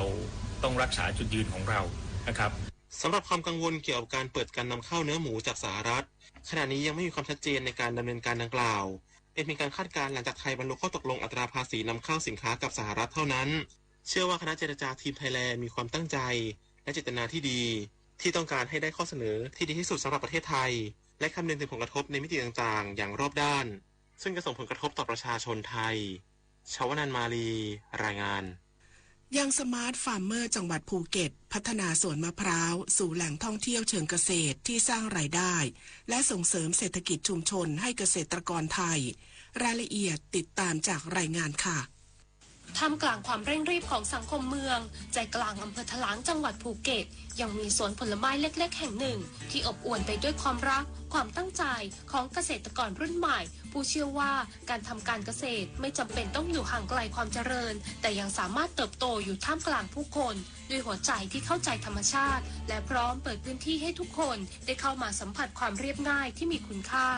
พิทักษ์เรืองสุเวียงหนึ่งในยังสมาร์ทฟาร์มเมอร์ของภูเก็ตที่เปลี่ยนสวนมะพร้าวธรรมดาให้กลายเป็นคาเฟ่โฮมสเตย์และแหล่งเรียนรู้ทางการเกษตรพิทักษ์เริ่มต้นจากการเข้าร่วมโครงการยังสมาร์ทฟาร์มเมอร์ของกรมส่งเสริมการเกษตรในปี 2566 และได้เข้าร่วมโครงการส่งเสริมและพัฒนาเพื่อเข้าสู่ห่วงโซ่อุปทานและบริการมูลค่าสูงปีงบประมาณพุทธศักราช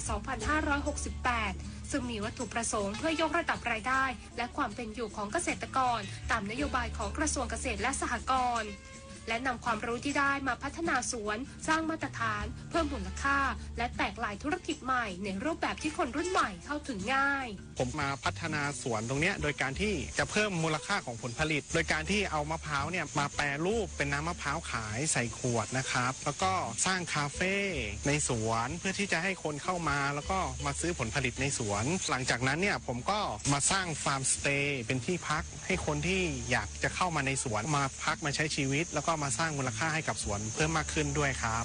สวนเล็กๆขนาด3 ไร่ปลูกมะพร้าวหลักพันทั้งน้ำหอมน้ำหวานเหลืองมะละยูและมะพร้าวแกงถูกยกระดับจากแค่ผลสดหน้าสวนไปเป็นน้ำมะพร้าวบรรจุขวดที่ทั้งสะอาดมีสไตล์และมีแบรนด์ของตัวเองที่ชื่อว่า Coco Local ที่วางจำหน่ายแบบออนไลน์และออฟไลน์นอกจากนี้ชีวราคาเฟ่กลางสวนก็กลายเป็นอีกหนึ่งจุดขายทั้งกาแฟน้ำมะพร้าวมัทฉะน้ำมะพร้าวและเมนูสร้างสรรค์จากวัตถุดิบในสวนสร้างประสบการณ์แบบฟาร์มทูคัพอย่างแท้จริง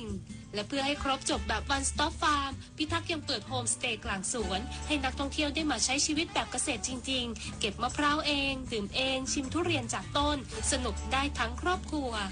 น้ำมะพร้าวแบรนด์โคโค่โลโก้ของเรานะครับจะไม่ใส่น้ำตาลไม่ใส่สารกันบูดแล้วเรายังได้รับมาตรฐาน GAP จุดเด่นอีกอย่างหนึ่งเลยของเราคือใช้มะพร้าวหลากหลายสายพันธุ์ในสวนครับมาผสมกันจนทำให้ได้รับรสชาติที่เป็นเอกลักษณ์สถานที่จำหน่ายของเราก็คือโรงพยาบาลในจังหวัดภูเก็ตร้านค้าสหกรณ์อีกที่หนึ่งก็คือสวนชีวาตาของเราที่เป็นคาเฟ่ด้วยคุณสามารถเข้ามาลองชิมน้ำมะพร้าวของเราได้ครับทั้งหมดนี้คือผลลัพธ์จากการผสมผสานความคิดสร้างสรรค์ภูมิปัญญาท้องถิ่นและแพชชั่นของเกษตรกรรุ่นใหม่ที่ไม่รอให้โอกาสเดินเข้ามาแต่เลือกที่จะสร้างมันขึ้นด้วยตัวเองจากสวนผลไม้เล็กๆสู่คาเฟ่โฮมสเตย์และสินค้าสูงนี่คือบทพิสูจน์ของอย่างสมาร์ทฟาร์มเมอร์ที่กล้าคิดกล้าทำและกล้าเปลี่ยนอนาคตของการเกษตรไทยให้ไปได้ไกลกว่าที่เคยทีมข่าวสวทภูเก็ตรายงานอยากจะย้ายข้าวย้ายของใหม่อ่ะแม่แก่แล้วแม่ไม่ต้องทำหรอกค่ะอยากเที่ยวแนวแอดเวนเจอร์อีกสักครั้งมันคงดีเนอะแม่คะแม่ยังอยากจะเที่ยวแนวนี้อีกสักวันนะลูกก็จะอายุเท่าแม่แล้วมีคนบอกว่าแก่แล้วห้ามทำแบบนั้นแก่แล้วต้องทำแบบนี้หยุดอย่าหยุดที่จะใช้ชีวิตในแบบของเราแค่คำว่าแก่อย่าหยุดที่จะลองสิ่งใหม่ๆอย่าให้อายุมาหยุดเราไปค่ะแม่แพ็คกระเป๋าไปที่เขากันเอาสิต่อไปขอเชิญรับฟังธรรมะเพื่อชีวิตวันนี้เสนอเรื่องการฝึกสมาธิโดยหลวงพ่อปราโมทย์พวกเราพยายามมามีสตินะมีสติระลึกรู้กิเลสอะไรเกิดขึ้นที่จิตใจเราคอยรู้ถ้าเรารู้หลักอย่างนี้เราลองปฏิบัติดูแล้วเห็นผลนะถ้าใครเข้ามาถามเราว่ารักษาศีลยังไงจะดีเราก็บอกได้ไม่ใช่บอกไม่ได้ หรือการฝึกสมาธิก็เหมือนกันสมาธิมันมีตั้งหลายแบบถ้าไม่ได้ศึกษาเรื่องจิตเรื่องใจให้ดีเราจะไม่รู้จักคำว่าสมาธิจริงงั้นบทเรียนของพระพุทธเจ้านะที่จะทำให้เรามีสมาธิที่ถูกต้องถึงชื่อว่าจิตสิกขา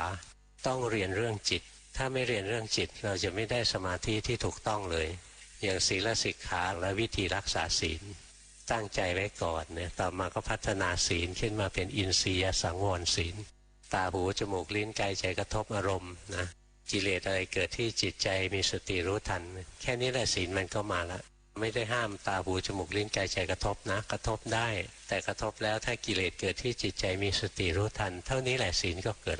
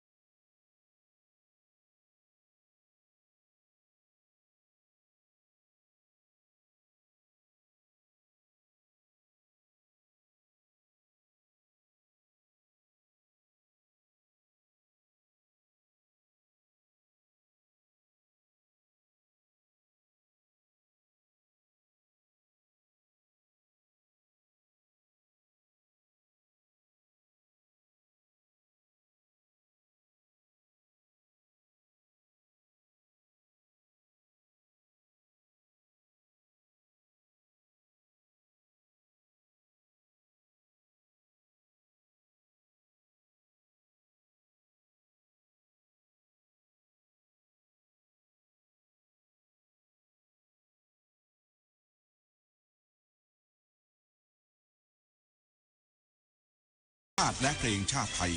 เป็นสัญลักษณ์ของความเป็นไทยเราจงร่วมใจยืนตรงเคารพธงชาติด้วยความภาคภูมิใจในเอกราชและความเสียสละของบรรพบุรุษไทย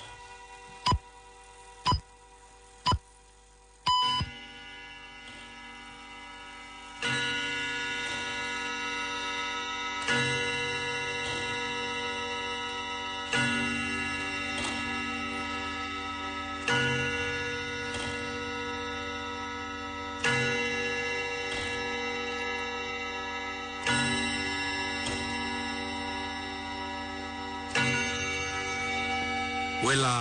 8 นาฬิกา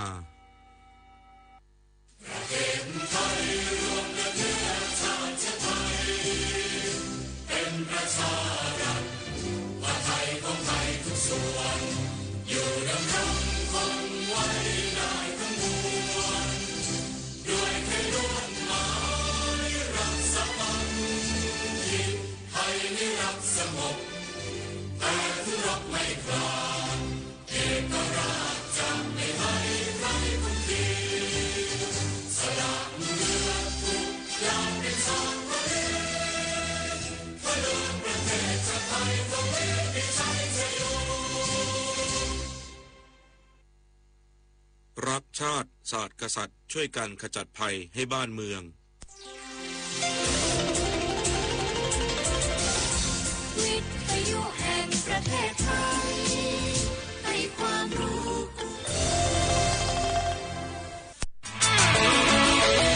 สถานีวิทยุกระจายเสียงแห่งประเทศไทยจังหวัดเชียงใหม่ FM 93.25 เมกะเฮิรตซ์ผู้นำด้านข่าวสารในจังหวัดเชียงใหม่โดยเน้นการมีส่วนร่วมของภาครัฐภาคเอกชนและเครือข่ายภาคประชาชนในพื้นที่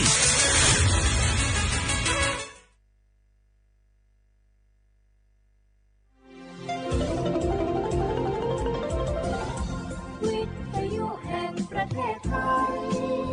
ให้ความรู้คู่ความสุข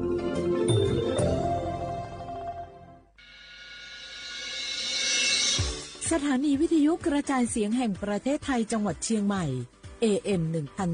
1476 กิโลเฮิรตซ์สถานีวิทยุภาคภาษาชาติพันธุ์แห่งเดียวในประเทศไทยที่มีความทันสมัยเชื่อถือได้สร้างอัตลักษณ์กลุ่มชาติพันธุ์สู่สากลฮัลโหลสวัสดีครับพี่น้องอายุอันนี้เดือขยาวโฆษณาไกกะกอสถานีวิทยุกระจายเสียงแห่งประเทศไทยจังหวัดเชียงใหม่พบปานเนอบีเคฮอมอนาแอออนเหลียนเมเจสถานีวิทยุกระจายเสียงแห่งประเทศไทยเฮอนาอย่าซิงก้อนบีเอดูอย่าล่อนแต่ช่องหางละหาเชลกับปอจากกันเนอดูฮออีสอนีกามาลาวเนกามองขากากาอีกุญญาอายุเนียวโฆษณาบีเกหมอญาแลนึมาอ้อนานากาไงเหลียวเนไงชอนยางายีเนียวนากาสัมโบนาขอนี่จำยองาซุงนี่สีโกจำยอโกเย่และงาเดใจที่โบนาขอนี่จำยอเวนี่นี่โกเย่งาสีเวและงายีเนียวมาเซเกญา我是下面看cha cha menu menu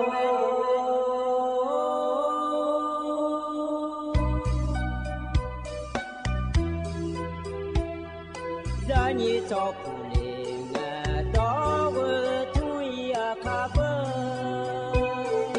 za ni cho mo le nga do nga cho ya ka ba cho pa ma si cho cha lo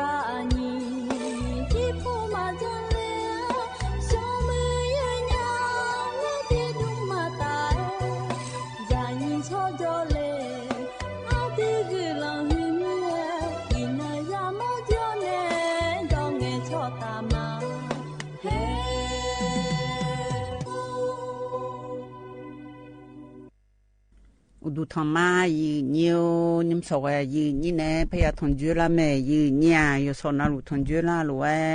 ai yam nali thì là cái du nali ye lãng nè uổng lãng cái nhiều thằng dưa la nè có thì dễ chứ bây giờ jaga nè la mẹ y nhà nhím sầu y như nè thằng dưa la ở đượcเขาanh nong na mong thì nó cứ là ngà in na bala xì naคนนี้ชลาและคู่สีอาโหนาคนนี้เสถิโหมิชเมออันนองนาคนนี้ย้อนนองก็ละงายืญาว่าที่งนองว่าที่ชื่อสีงนองบาลาสีเยเสียงสิเลกาคนนี้พังอายาตาโกเชเยโหอายามที่นองสาที่น้อยเบลาจีอีอยู่ดูมาควายยืญาน้องย้อนนองก็ละสมแม่หรอก็จะเลยมินนองว่าที่ที่นี่ที่สุ่มที่อยู่ทั้งไงเยกูจะอายามหรอยมยากายกูจะยืนnhiều hay hơn nãy cứ lao gió về ở thờ nhiều hà la thằng ngày cái có nhiềuกูจะcái giáo du cái lo nhưng khả năng còn đi con giảm mà xìยืนnhiềuอยู่hà na lu loอยู่mà cái giờอยู่màอยู่cái nàyยังchọn nhà lẹอยู่cả cáiยังchọn lo nhiều cho nó nghe nóอยู่cho nó lu thằng chưa la lu thì dễ chưa bên na hà cửa bên na hà số mà nhiều nhưng mà đồng bên nghe anh ấy bây giờ này cha lo nhiều mình chỉ là nó mới có cha gà ta có luôn ha biểu đam mai nhà mình chỉ là nó được gà bị mai lo thôi mình em chỉ là nó chịu lúa được cái quả nào lúa vô cái này mình chỉ là nó được là bị che gà cọ vô cái chẳng thể đa lo nhiều anh ấy bây giờ này cha gà ta có luôn ha biểu đam mai nhiều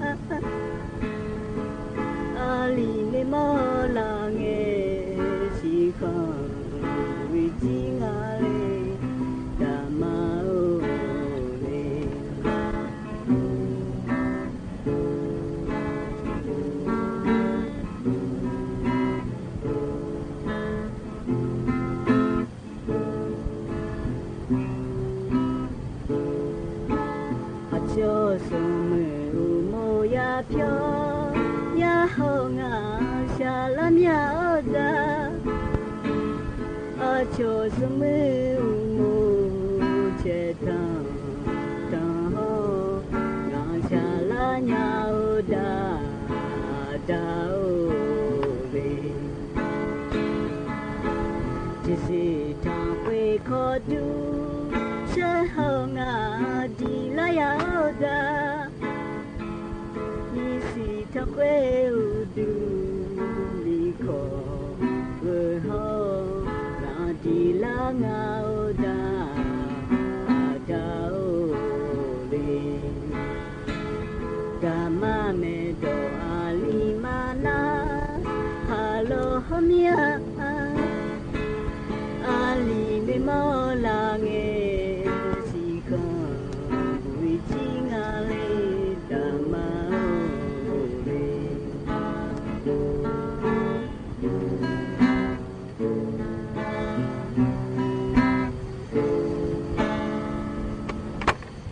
ยันนะหาเบียวดูเวลอยีเนียวฮกันเนนากะกอจากาดันเนญายีเนียอายีเนียกะต้องเฉลกะกอจากาเนฮกอดูนาลอยีเนียวเธอสิฮาลากอกะกองาเดยีเนียวเด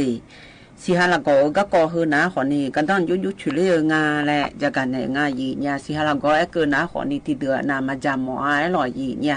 มาจามออาอากาอีขอนี่แท้กามากะจิกะทอโลและยอฮายะคุละเฮโลและอากาขอนี่ลอบ่ชองขอได้เบอีนี่เสียละก็ฮนาลอยีเหนียวถึงมีแน่มาจามอเดือฮกันหานาขอนี่โอ้และก็ต้องดูมาฉุญญาหาและพะจามอลาบ่มาหรอที่ปวนามาคือขอนี่ก็ต้องฉุโอเชโอยูนาจานาเบโอ้และยมือแม่หาและหนูเธอก็ต้องไปฉุเลยและล่ะเชยจะเอาเมียลอยีเหนียวอาหูนาขอนี่เธอมาจาฮวาและอียุมยมือและเอมีจ่าพระจะขึ้นอย่างสีหาและพระจะนาขอนี่ยดึงมามือแม่ยีเนี่ยเสียละก็เธอนาลอยยีอยู่หามดูก็ต้องช่วยเธอก็ชอหมอเธอปัสสิญญาเดือมดูละสาเดือในจากกันในเธอนาขอนี่เสียละก็จะนาหอจะจ่ามาคือสาขอนี่หอจะจ่าคือลาเจมาละให้พระจะอังกันนาขอนี่เธอจะอังต้องอังถ่ายุ่มเล่ถ่าเฮบินมีอีสอนี่มือเจน่ากันยี่อียออาเจสีผู้หลานบีมือและชบานยาเจอันน่าอยู่หาช่วยผู้หลานช่วยดัวดับเปผู้หลานก็มีเมียเล่และมาดูเลนี่และเสียตัวรู้สั่งไอ้จ้าดัวดับเปบิโดเลมือเจยีเนี่ยอุช่วยบิทาเลญาเจสีเธอยากกะบีมือแล้วอยู่ดึงมาชบานยาเจยีเนี่ยน่าก็ในหน้าคนนี้อยู่หามันน่าอยู่ก็จะนาลานาแล้วเธอเรียนนาลอยยีเหนียวเธอเลยจังงาเล่มเสียตัวรู้เธอลอยยีเหนียวบิทาเลญาเจน่าอยู่หาช่วยไงสีโดเลเธอก่อนนี่บิทาเลญาเจสัชชีผู้ลาเธอแหล่ลุทองผู้ลาอันเล่โลเล่มเสียตัวรู้ไงลอยยีเหนียวนั่งก็ผู้ลาตัวน่าหืออีเนี่ยเธอมาเบี้ยผู้ลาเบี้ยเล่เธอบิทาเลญาชบญาเจยีเนี่ยอาชอยมือพระเจ้าเชื่อเหลียวเธอหนาลอยยีเหนียวสิฮาลากอเฮนาขอนี่เธอยกหาบอกว่างคำยาเจจ้าผู้หลาโดจ้าอังเเธอมาบิดเลี้ยวและลอยยีเหนียวเสียลากอจ้าเธอหนาขอนี่ชอบหมอบบิมอยมาข้อนี่ลอยยีเหนียวเธอชบญาเจอันน่าอยู่หามดูละเฮสอันเดเชชานี่บีและรออีสนี่มาบีมีและน่าเธอบ้าหวานปีเดืองอันเดช่วยเธอมาบีมีแล้วแหละคำยาเจยีเนี่ยแล้วตัวเองเสียแล้วก็เธอหน้าขอนี้อาป่าอาบอเช่นนี้ผู้หลานในขอนี้อยู่มือเธอหน้าขอนี้เธอก็ยอมมาอยู่มือเธอหน้าลอยยีเนี่ยวอาป่าหน้าขอนี้แล้วตัวเองเธอสี่ยากก็อยู่มือเจอันน่าเธอเฮ้นั่นยาก็ยาแล้วก็มาบินน่าล่ามาบิโกล่าแล้วชบญาเจยีเนี่ยแล้วตัวเองเอาจีเราอาป่าเธอหน้าล่ออายุจงแล้วเงินหน้าขอนี้อาป่าเธอหน้าขอนี้ปูในโตขอเกินยังไงยีนี่อันน่ะมันน่าผู้หลานน่าการน่าขอนี้แล้วทำไปทำแล้วเนี่ยอยู่ห่าถ่ายอาป่าผู้หลานแล้วลานนุ่มเนี่ยมีแช่ละทองกันแล้วหลัวล่อยีnhiềuให้ตัวรู้จงยังไงยีเนี่ยอันน่ะอันมอเฮ้เนี่ยก็ล่อยีnhiềuเธอบุคลามาผู้หลานมาเซ่ผู้หลานในโตขอบุคลามาผู้หลานในก็ขอมึงงานเนี่ยยีนี่เธอเสียแล้วก็เธอเนี่ยแหล่น่าล่อยีnhiềuอันบ้องเธออันบ้องเธอเดบเดลเนี่ยเธอเนี่ยแหละเสียเนี่ยแหละนะขอนี่ทะเลญาจีแล้วตัวเองน่าอาป่า รอยีเหนียวอาป่าเธอนะรอยีเหนียวเสียเราก็อาป่าเธอยมือพาทำไปทำแล้วเนี่ยอย่าเธอละดัวเนี่ยโดเธออาเพียเพียก็บิลอยญาจีแล้วตัวเองอะแท้อันน่ะอาป่าเธอช่วงนั้นรู้อะดูไทยอาป่าเนี่ยยมือพาละนัวเนี่ยแล้วไม่รอสีบิทาเลียวเลยอาป่าเสียละก็อาป่าละนัวเนี่ยอีจุดเธอก็ละดัวเธอแล่แหล่นะสียูกาลอยเหนียวเธอมันนับละนานาเนี่ยสียูกาบิชิเลญาจีญาแล้วตัวเองอะยีเนี่ยเดี๋ยวขยันเดือดยุ่ยๆเว้นเนี่ยเธอยุ่มยาแล้วยุ่มหัวลอยยีเนี่ยเธอที่ปวน้ำเนี่ยเล็กก็ขอนิชบัญญาจีสายุสลานาก็ขอชบัญญามาตัวผู้หลาตัวอายุผู้หลายืนหนึ่งเลยผู้หลาแล้วเธอก็ขอนิชบัญญาเนี่ยอุชิผู้หลาชิโยยอเธอเฮก็เนี่ยนะคุพิวผู้หลาเธอบิโดเลขอนี่คุพิวผู้หลาดูเลยนะช่วยยมมือจียีเนี่ยเธอจะนักคุพิวผู้หลาพาดูเลยนะสิจีแล้วตัวเองอ่ะเสียละก็เธออยู่หาจังอยู่ข้ามาคือขอนี่อยู่หามาดูกันนั่นช่วยเลยจียมเนี่ยยังดีแล้วตัวเองอ่ะยีเนี่ยอันน่าเสียละก็อันนึงละเฮาป้าเธอหนาลอยยีมือพาละเนี่ยก็เนี่ยนะขอนี่เธอมีจังปุยเนี่ยมีจังเนี่ยปุยก็อุเหดูละเธอแล้วสู้นะขอนี่เสือก็กะชบัญญาจีแล้วตัวเองอ่ะยีเนี่ยอันน่าเสียละก็ดูชีเธอหนาลอยยีดูชีเธอหนาขอนี่ปูเนี่ยดอหนาขอนี่เราอยู่หาหมดดวงเธอจะดอเธอดูเธอรอมามือมาจ่าจีบิดูเลยญาจีแล้วตัวเองอ่ะยีเนี่ยอยู่หาหมดดวงเธอบุเดผู้หลามาบีอันนี้ชบัญญาจีกับพ่อหน้าเดือชบัญญาจียีเนี่ยแล้วตัวเองอ่ะอันน่ะอยู่คือขึ้นหนึ่งผู้หลาตัวชป้าเธอรอยีเนี่ยเธออย่าแลละดูเนี่ยแหละคนนี้ชบัญญาจียมยาจีก็ต้องช่วยเลยยังไงยีเนี่ยยีเนี่ยเดี๋ยวขยะเสียละก็คือมาจะหมอนยาและเหนือตัวน้าคนนี้เธอก็ต้องดื้อมาช่วยเลยยาและเหนือเนี่ยจะรอยีเนี่ยอยู่ดื้อมาเหมือนแต่เธอชอบเธอปัสสิญญาเดินในบุตรละอยู่ในจะกันในมายีเนี่ยก็จะกันในกายานาหาไกเลียกันในหน้านอยาเดินในเช้าอันนี้มีสูในเช้ารอยีเนี่ยอยู่หายุบดชดจือชดชามาบีจอยพายยาเสพติดทันจะทัดดอดีและชาดอชาตะกอลเวนะฮะเบียดามายีเนี่ย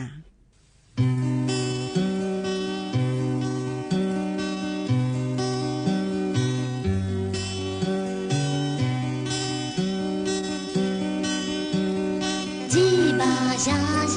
โตโจลูเนยุคกาโกโนมานุยโมยุคาคาลาจีบาชาเชเนจีเนโนโจลูโนพิชูอาไนเดียวบอยโนคอนเซบิวอินูอุโมชาฮอเนยาตาซาพีเนพาจิโชอาคาซาเตโซควยลิฮูชิมามูจิซาซาโจโยอาโทเมโคโนจิทาทอนเท저도 처면 쫓기는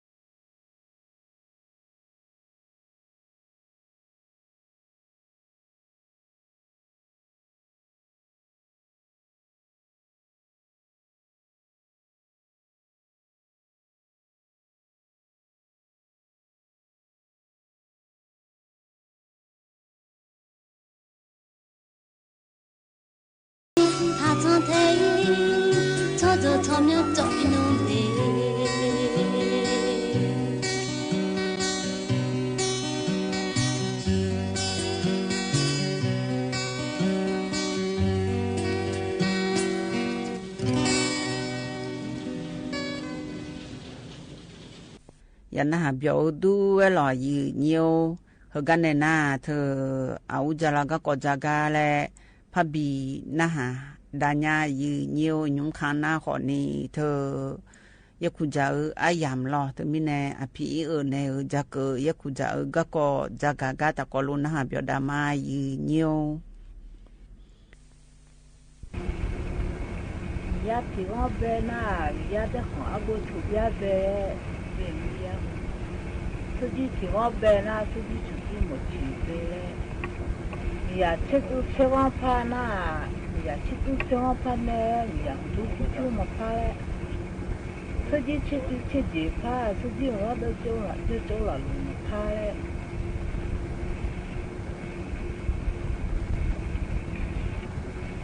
จะเชื่อชนน้องไปมาเลยก็ต้องเชื่อชนอยากไปเลยจะไปว่าดูมึงเลยจะไปว่าหูละชาเลยก็ต้องไปว่าหยามึงเลยก็ต้องไปว่าชมพูอาหูเนี่ยเลยก็ต้องไปว่าหูชมพูเนี่ยเลยกูนั่งเล่าเลยน่าจะเชื่อสมองแบบก็ทั้งสุดเชื่อสัญญาแบบมาเลยน่าจะชื่อมือดาดึงอ่ะน่าขอสามยานจะเลยท่านเนี่ยเบน่าจะเลยท่านน่าอย่าเชื่อดึงอ่ะแล้วน่าสมบูรณ์ตัวด้วย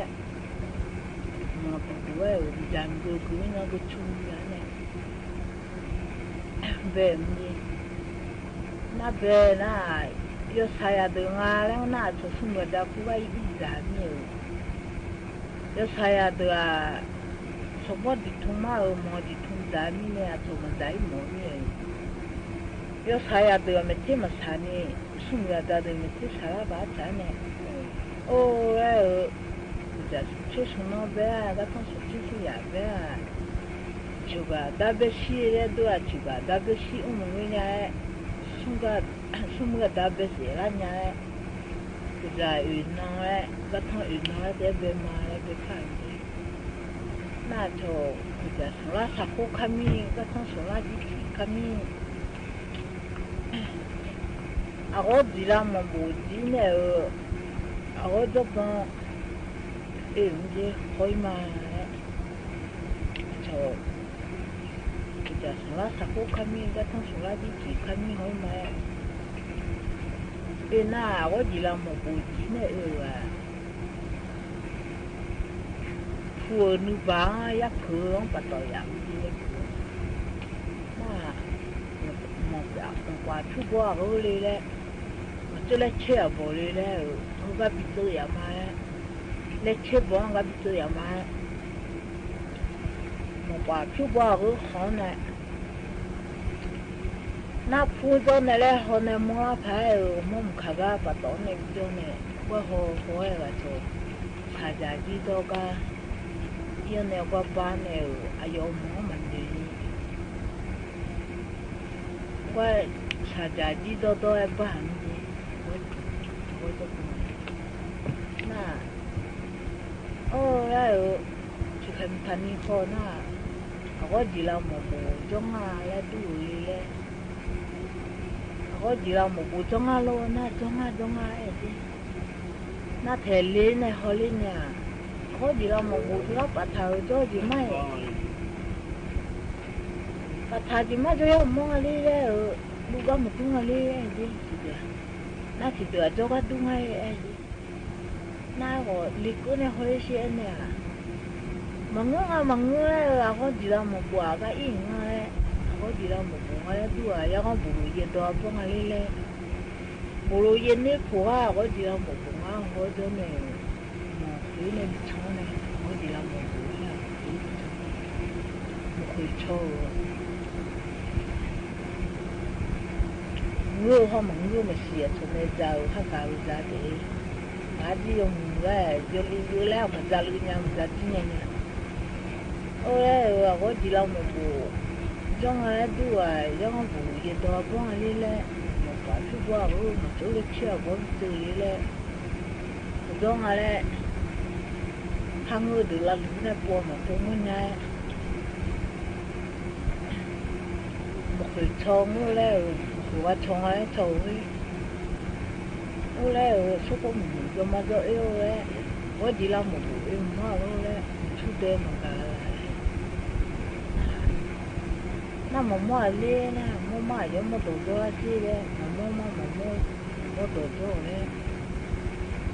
na mama ai mo na mo do le mo tu bi mai cho che cho je su mu ne che mi ka no no mai ku bo da ku si tu no yo mai yo kai pa ku yo mai di do no yo su che mi ka no no mai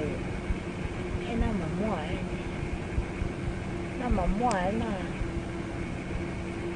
ia ne chỉ mang bút khô đấy mà không bút đôi vô đấy chỉ mang bút khô đấy có gì đâu mà bút em mà luôn đấy mà giống một tổ cho là gì đấy mà giống một tổ cho là đấy mama hello mà cả nhà đi đấy xin đấy mama hello mà cả nhà đi đấy chẳng nào cả nhà đấy cho lòng chú sao chú cha đi đấy có chú sao chú bỏ đi đấy mà hello mà cả chẳng nào cả nhà đấy thôi đi mama đi ô đấy mà năm một tổ cho là đấy một thứ mà đấy mà sẽ hiểu số đi số mà đi sắp đi là sắp chả nó đi mà đi mà làm gì đi mà đấy mà sẽ hiểu số đi số mà đi mà không đi đuổi vô nó mà mua đấy anh ấy hả yêu vậy nè bà chỉ con này cho bà chỉ số tiền không rồi có gì là một cái mà rồi số tiền mua mày mua đồ cho ra là mua đồ cho ra đấy mua cái máy em đang mà mua cái gì bà chỉ cho bà chỉ số tiền con chứ mà mua lên nè lên mà hello mà cả nhà đi cho mà cả nhà cho chú sao chú cha đi đấy có chú sao chú bỏ đi đấy mà cả cho mọi người cho mà cả thôi là chỉ là nó nhang con bị thâu mà đi là xong bộ cũng bị thâu mà đấy em mà đi mà chỉ nó mà mua vậy nè cái một mua cái một loại này ôi mà chứ không chịu ôi cái họ cho ăn chụp bố nó hay mà cho có gì làm một buổi mà mua luôn một chút đêm mà có gì làm một buổi mua nào mà bỏ vô xe mà cũng nó hello mà cả nhà đi cho là chú sao chú cha đi có chú sao chú bỏ đi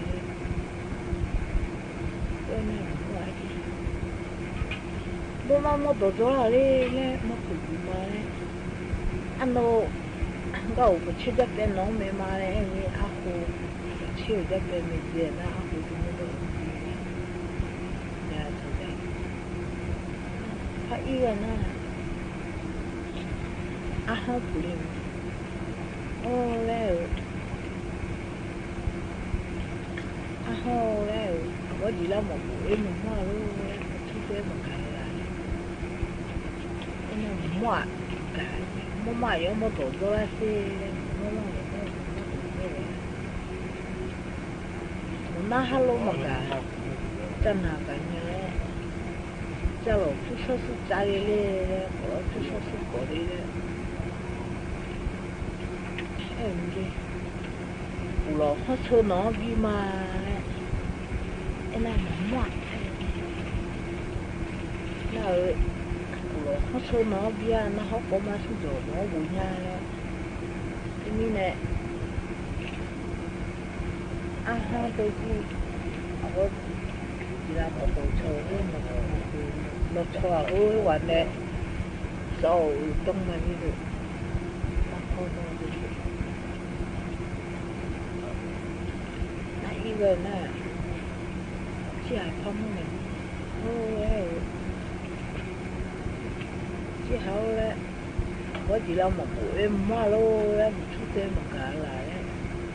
có chỉ là một bộ em mua nào mà tổ chức xe em mà đi mà mua đi mà hello mà cả nhà đi chân là cả nhà đấy cho nó chút chút cha đi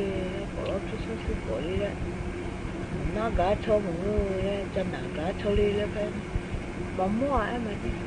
chỉ hao đi đấy mua mà yêu mua tổ chức đấy mua phải bị mà chỉ lo mi nhà nó bị mà đấy em này mi nhà bị nhiều đi chứ nhiều làm nhà mà bố thì cả chỉ lo mi nhà nó bị mà đấy làm nhà mà bố thì cả chỉ lo mi nhà nó bị à chỉ ba còn bị bê thế mà chỉ ba về cái giá lý lúc thế bị ôm mà thấy nghe học phu pha mò vậy đi ôi học phu có gì đâu mà em mà luôn em mà chút đêm mà cả lại mà mò ai đi mò giống mò tổ cho la ấy mò tổ cho la ấy na hello mà cả nhà chân là cả nhà na cá cho mọi người chân là cá cho lên mà mò ấy mà đi mò giống mò thịt mà làm nhà mà cũng thịt chả có theo không cho không thử nó bị mà em mà đi nào là mà mua đi em mà đi si ba khỏi thì bây giờ thêm mà si ba cái giá lên luôn thêm nó bị mà đi em này ha ít rồi mà đi ha ít rồi nè hà la bao nhiêu hà la rồi có gì đâu mà bụi mà mua rồi mà chút đấy mà cả mua đi anh đi mua giờ mua đồ cho là rồi mua đồ cho đấy mua chuyện gì mà đấy nó hello mà cả chân là cả nhà chắc là cứ sơ sơ cha đi đấy có cứ sơ sơ cổ đi đấy em mà đi sơ sơ hà là đó thế xong có xóa nó bị nhà đấy sơ sơ hà là đó thế xong có xóa bị na hà là bia là bị nó thôi mà đấy si ba có đi về xuống thêm mua si ba thằng đi về xuống thêm mua nó bị mà cái anh này cái mi này nó khó có mà số chỗ nó bổ nhà này hà lan như cái mi ấy cái em mi này cho số hà lan nó bị mà em mi cái mi này cho hà bà đào hà lan này cái mình đi một cái lô chơi yếu tố này thì nó phải ý vậy nè bác sĩ khóc chịu đi thiếu có gì là một bộ em một mò lô em một chút đêm mà cả lại ai là một mò đấy mò này em mò đồ rồi là một mò nào một mò đồ rồi ấy nó phải bị mai nè một mò đi ôi làm nhà mà cũng thịt chả phải đi tập bala chơi con nó bị ôm mai phải đi tập bala chơi con nó mà chơi si bây giờ trả lên luôn xuống thế nó bị ôm còn đi về xuống thế mới nó bị ôm mai em mà đi nó mà mỏi đi hạt chè không hạt chè ơi có gì là một bộ em mà rồi một chút đêm mà cả lại mà mỏi mua mày ông mua đồ cho xe mua đồ cho ấy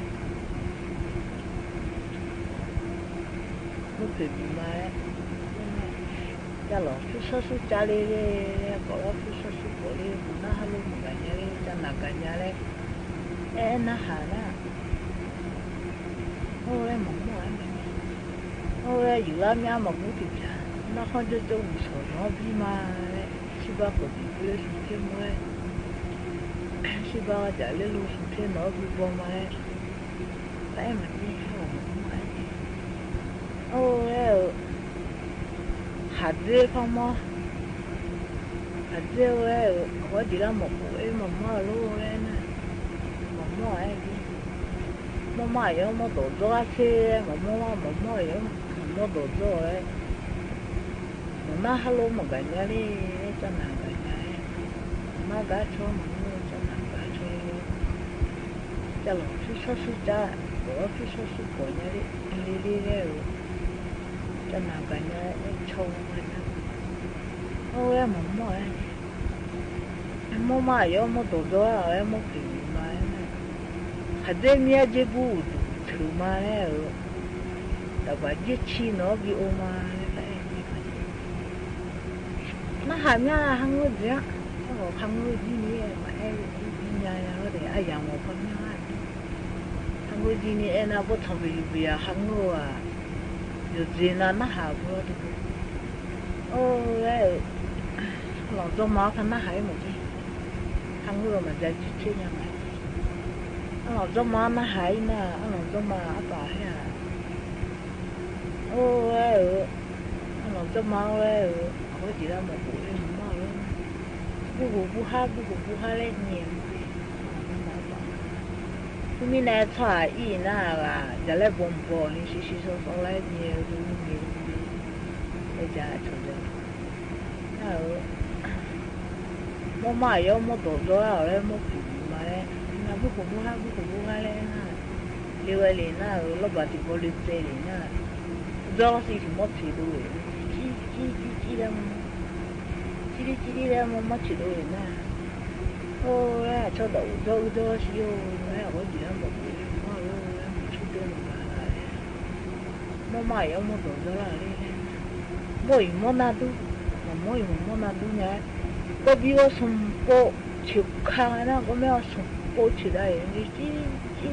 了嘛？那去回那，后来我，cho đậu do siêu嘞，那哈喽嘛干呢嘞，真难干呢。我出去过哩，我妈家炒我很难，真难家炒哩嘞，做烧嘞，冇买有冇多多啊，冇皮买嘞，出了拿做买，这不说是赔拿来伢嘞，是吧？你说啊拿要伢，这里落出去家比我买，这里开始电脑比买，哎不就这些。然后嘞，冇那多嘞，冇那多嘞，去，我说过，阿明我去，那姐哦，你做了时候冇啊，你就卡停啊啦，去了错有啊，那卡停那下那，后来我知道冇过去吧，冇去嘛个个拍，冇嘛就米哩啦哦，平时你妈我去睇都没。嘞，一个问题，就出了做咩？已经不超出太了了。没错，啥用啊？不落错用啊。没错，啥用嘞？什么用这个？那在帮拉面咯。没错，啥用啊？一个那，平时你带呢，就你也别那。nhiều không bao vậy cái chú lon này chỉ đồ lên mà đi là được bỏ này là chỗ là chỉ đồ lên này mấy đồ phố này là thứ này chú sẽ đồ sẽ giá này rồi chỉ mua hay mua đồ sẽ giá này mà xí đi nó xí là ôi ngài mua cái giống nhau đó đấy mua tôi nhà hàng mua cái nào đấy cái đồ nhỏ thế cái nhiều ấy ngắm món cái đồ nó đấy một bộ nhỏ là đi đi mà có chỉ là một bộ nó đấy có cho bộ chỉ mà không có nhiều bộ giống nhau mà đi đấy cái này thì nó cho sát gì后来我毕业不好回来不一样，做嘞这样好像就没做嘞，我说你。嘿，用来吉他就有好的那嘿哦，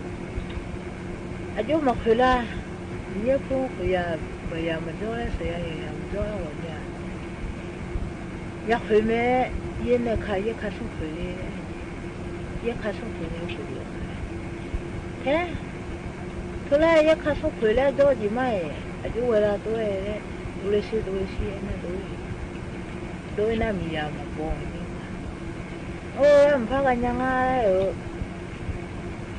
เยอะข้าส่งคุยเนี่ยคุยเรื่องมันน่ะงาอย่ามีห้องน้อยอย่ากินงาเนี่ยงาอย่าหาดูงานน้อยเลยมันคุยรถช่วยเยอะแล้วคู่แล้วดูดิมันคุยรถช่วยเยอะแล้วมันพยายามคู่งาเลยอย่ารถช่วยเยอะแล้วคู่มาเลยจอแล้วงาอย่ามีห้องบีมาสุราเล่าเนี่ยสูดเนี่ยเลี้ยงดิงาจีแล้วไว้เนี่ยคุยดีเลยนะเราช่วยอยู่วันละโอ้ยหมดชีพเนี่ยทุเรศแล้วหมดชีพเนี่ยหุ่นแล้วอะคือกูวันช้อนแล้วคุยมาแล้วเลยยี่เด็กใครยี่ข้าสุดเนี่ยดุนยามาแล้วน่ะยังมีอะไรบีมาแล้วยี่เด็กใครยี่ข้าสุดเลยแล้วมันคุยเราช่วยอยู่แล้วคุยแล้วดูดิเราช่วยยุ่งพยาคุ้มอย่าเราช่วยยุ่งคุ้มเนี่ยสูงเรียกเลยนะไอ้โยยังมีเนี่ยอยู่เลยนะยังมีเนี่ยนะอยู่ค่ะไอ้โยยังมีคาเบลาดอนเนี่ยคาเบลาดอนเนี่ยโอ้เชน่าเบียดูเลยโวยเลยนิ้วเลยชดเชน่าอย่าลูบดูเลยมือยังมีว่าอุจจาระบ้ายังเมื่อแต่เลวเนี่ยน่าชงเลยชดเชยยาลูบดูเลยมีเลยเขาเชยเบียดูเลยโอยเลยจะเลยก็ลูกชูสิจะใช้เลยผมป้าก็ขึ้นมาสิใช้เลยน่ายอมมาเลยให้ไอ้รวยผมป้าก็ขึ้นมาสิใช้จะเลยลูกชูสิจะใช้ผมจะจ่ายแล้วก็จะเลย我这边都了我嘞，还没有俺妈来碰呢，别都别妈这样嘞，当呢，别都别妈我多呢，没白呢，没白啦，没去得啦那，没回了车又去话我些了呢，得啦没那得那不去马把的了，我那我就不那我些。โอ้แล้วจริงๆพ่อยังไงเยอะกว่าไงอย่างเล่ท่านเนี่ยจะกูที่อีโฟมันอยู่ล่ะกูน่าวิวเสเนี่ยกูล่ะมันจะว่าที่กูล่ะเนี่ยน่าละมันเนี่ยโม่แล้วเยอะนู่นแล้วมันขากูมาเลี้ยกับพี่เชียงไงแล้วมันจะกูมาเลี้ยลูกชัวไงไอ้ยอหาที่เอาเสียแล้วไอ้เล่น่ะโอ้เบ้ว่ามาโอ้ฟุ้งโลแล้วตุ้มเบ้ตุ้มมาตุ้มละมาตุ้มฟุ้งโลแล้วมาโอ้แล้วอยู่ยับปูมาตุ้มหลาแล้วโอ้แล้วดิจิมพักกันยังมาพากูมาเลี้ยกับพี่เชี่ยมาจะกูมาเลี้ยลูกเชื่อว่าดิจิมพักกันยังยี่ตัวไอ้สารนุเดียวมาอุจจาระตุ้มเมาเลยทำไมนี่สามองมาอุจิเลมันยาเลยอุเบียอุลาเลยตุ้มเบียตุ้มลาเลยเอ็นเอวีอุลาอุเบียอุตุ้มเบียตุ้มเนี่ยมันจะยังมีห้ามยังมันจะเสียดีเลยมันก็คือเรื่องนี้มันก็เสียอยู่เลยไม่รู้ชงเลยมันจะยังมีห้ามยังตัวไม่มีอะไรของอุดรเชื่อมึงเลย我我钱没有嘞，我回去跟你老花，那边就是啥多钱没嘞，好多么啥多钱嘞，有米东啦啊话，嘛多的，也米头啊那边有些，那有米多头啊那哦，你话要多提不他叫嘞，就啊表情好特别你看要都去福州那话比如看啊แล้ว那去老都我他了你牛去么来些呢牛是从黑老你呢你看要都去福州嘞他表情好特别那牛不你欧米多他那面你话就是那个别湖边的米呢后来这里我长啊在这都来米了后来这个嘛就呢我不怕这样个那个嘛你在嘛长啊什么也米嘛因那会做สโลชอบมาลุ้นโอ้เฉยเลยว่าช่วงนี้ตัวเจ้าสมุยมีมาอินโคโซน่าช่วงนี้ช่วงมาโบราณเจ้าเลยช่วงโบราณกันเนี่ยนี่สโลจะเป็นเรื่องใหญ่เลยนี่ว่าบ่อยู่อ่ะแต่มาละทุ่มเงยนี่ว่าบ่จอดแต่มาละโอ้ละมึงเนี่ยเลยชดตัวตาเนี่ยเราตัวกัน你话不有分的啦土嘞，你话不叫分的啦河嘞，你话不有干嘛妈妈嘞，你话不叫干嘛妈妈嘞，错都在大屋头，这个呢大多呢大屋么子，那上老差嘛路嘛好车嘞，路呢路嘛嘛不啦好车嘞，路不啦个呢，什么这个会往上踩咩嘞，什么这个头踩有咩嘞。我米罗不吃嘛菜，个罗碰到嘛呀嘞，米罗不吃嘛菜几年嘞，个罗米罗碰到嘛呀几年嘞，嘛一样米他们嘛做几年嘞，什么样米一个拉东嘞，去年嘛做了多年胖嘞，我嘞后嘛做多年嘛胖几年嘞，后嘛做了多年，很多干嘞。我们母多都去看嘞，没别人嘞，没多多都住嘞，没别人嘞，我母多都去看，我就吃都不去看那么多人，没多多都住呀，我去个什么嘞，我去那么多人，你一个拉东啊，没多人米看苗没多人，没多人米看苗多啊，这把还多呀，西把还他们人家嘞。我们做人家嘛，人家说人家嘛做人家好嘞，我嘞，去嘞么多嘛有嘞，对嘛牛毛，去米是老太多嘞，对嘛牛毛，去米是老多啊，去边这个我上面牛郎啊这嘞，对嘛米这西米啊牛老太呀嘞，对嘛米这西米牛老呀，你这个我牛妹牛郎啊这嘞，这都在搞，出来搞。家里了，那我还是新年的家门口的么新年我哩，我嘛把花开到处嘛干呀，了都在这里，这个到呀，不管你家开了，我家里我么是嘛嘛我么是，我你查到那哈那嘛查到么那哈的有，我说不得啊，我就叫么家面我那个呀，我从小我那有了过来。Akole azunga lengina ga au jala ga ko jao ga yana ha bio du we lo ga ne na adu mon lo ne cha lo yi nyu to a cho yang jo ne ga ja yam ja nya le cha do cha he na adu na kho ni ga ja mam ja ni la chi che jo du nyum do cha na ha mo nya le le nu jo de kho ni yana ha ku phai le phon ne ta ko lu na ha bio da ma yi nya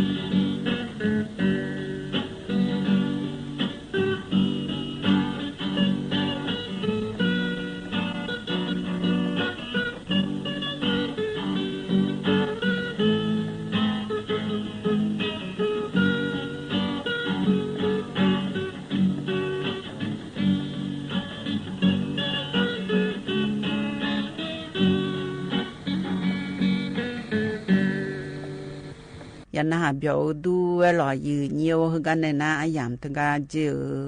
อามึงเบอเนอโลดกขกาตะกอลุนาเบียวดามายืนยาอามึงเบออยู่บ่มาตงกาจิมามึงจงเองกาของลาวยาอยู่มดูนาซิเบียวแม่ยืนเยี่ยวอยู่สิงานและแต่สัจยาเมียยันนาแม่ตะกอลุนาเบียวดามายืนยา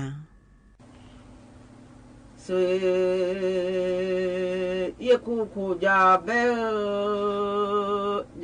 nge no ga tha phe ja sa nge no le se ho no ye ku su la sa ho ho ga tha su la yi si chi是马家皮说用胡巴土里阿拉嘞是嘛到陪少军，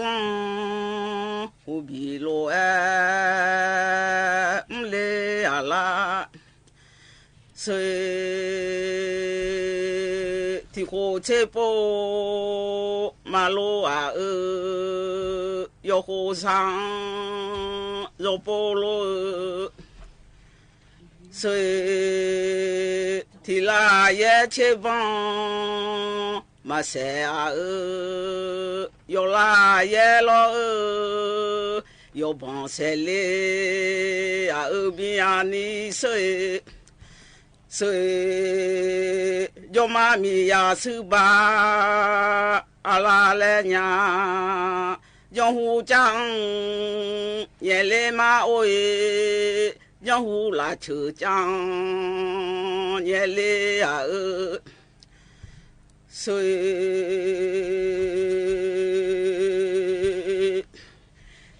要胡拉车长，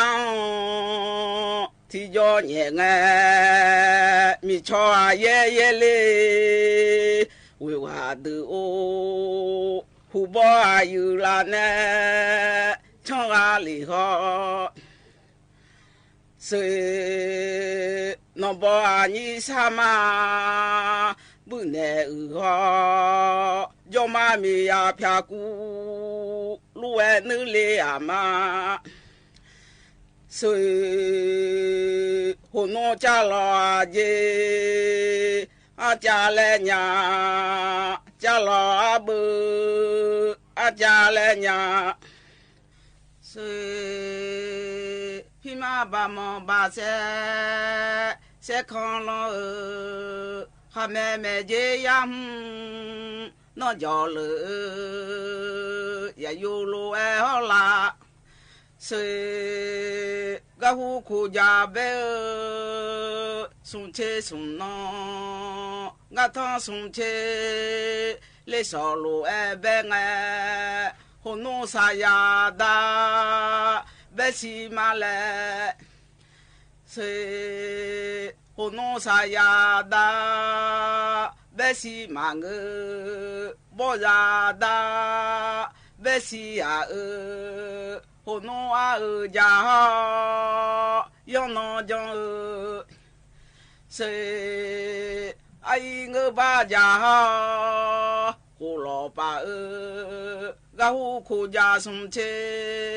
送到路爱边哎。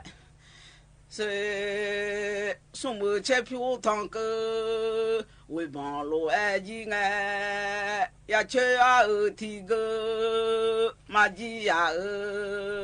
来谁有老爷就有来娘，有老啥啦就有来娘，谁。东老我把姐就东来娘，东老二妈母就东来娘，我东不漂动家拉塞里呀妈你谁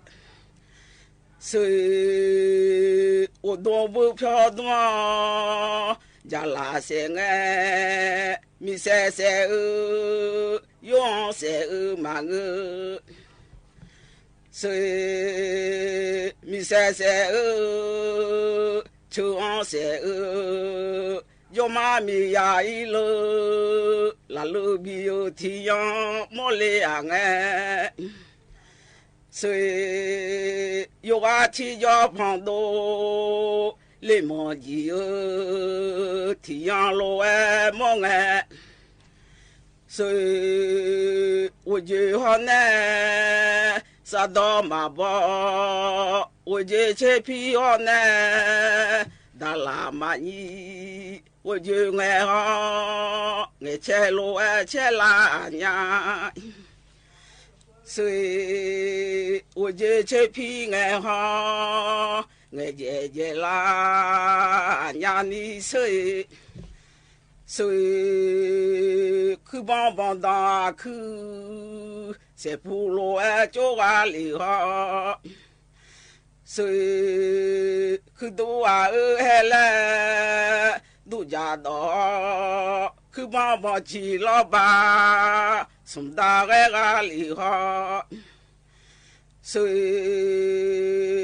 พี่ดองอายุสองสือเพีย23 ภายใต้แนวคิด Media for People Peace and Prosperity เพื่อร่วมกันแลกเปลี่ยนมุมมองในการขับเคลื่อนนโยบายและการรับมือกับ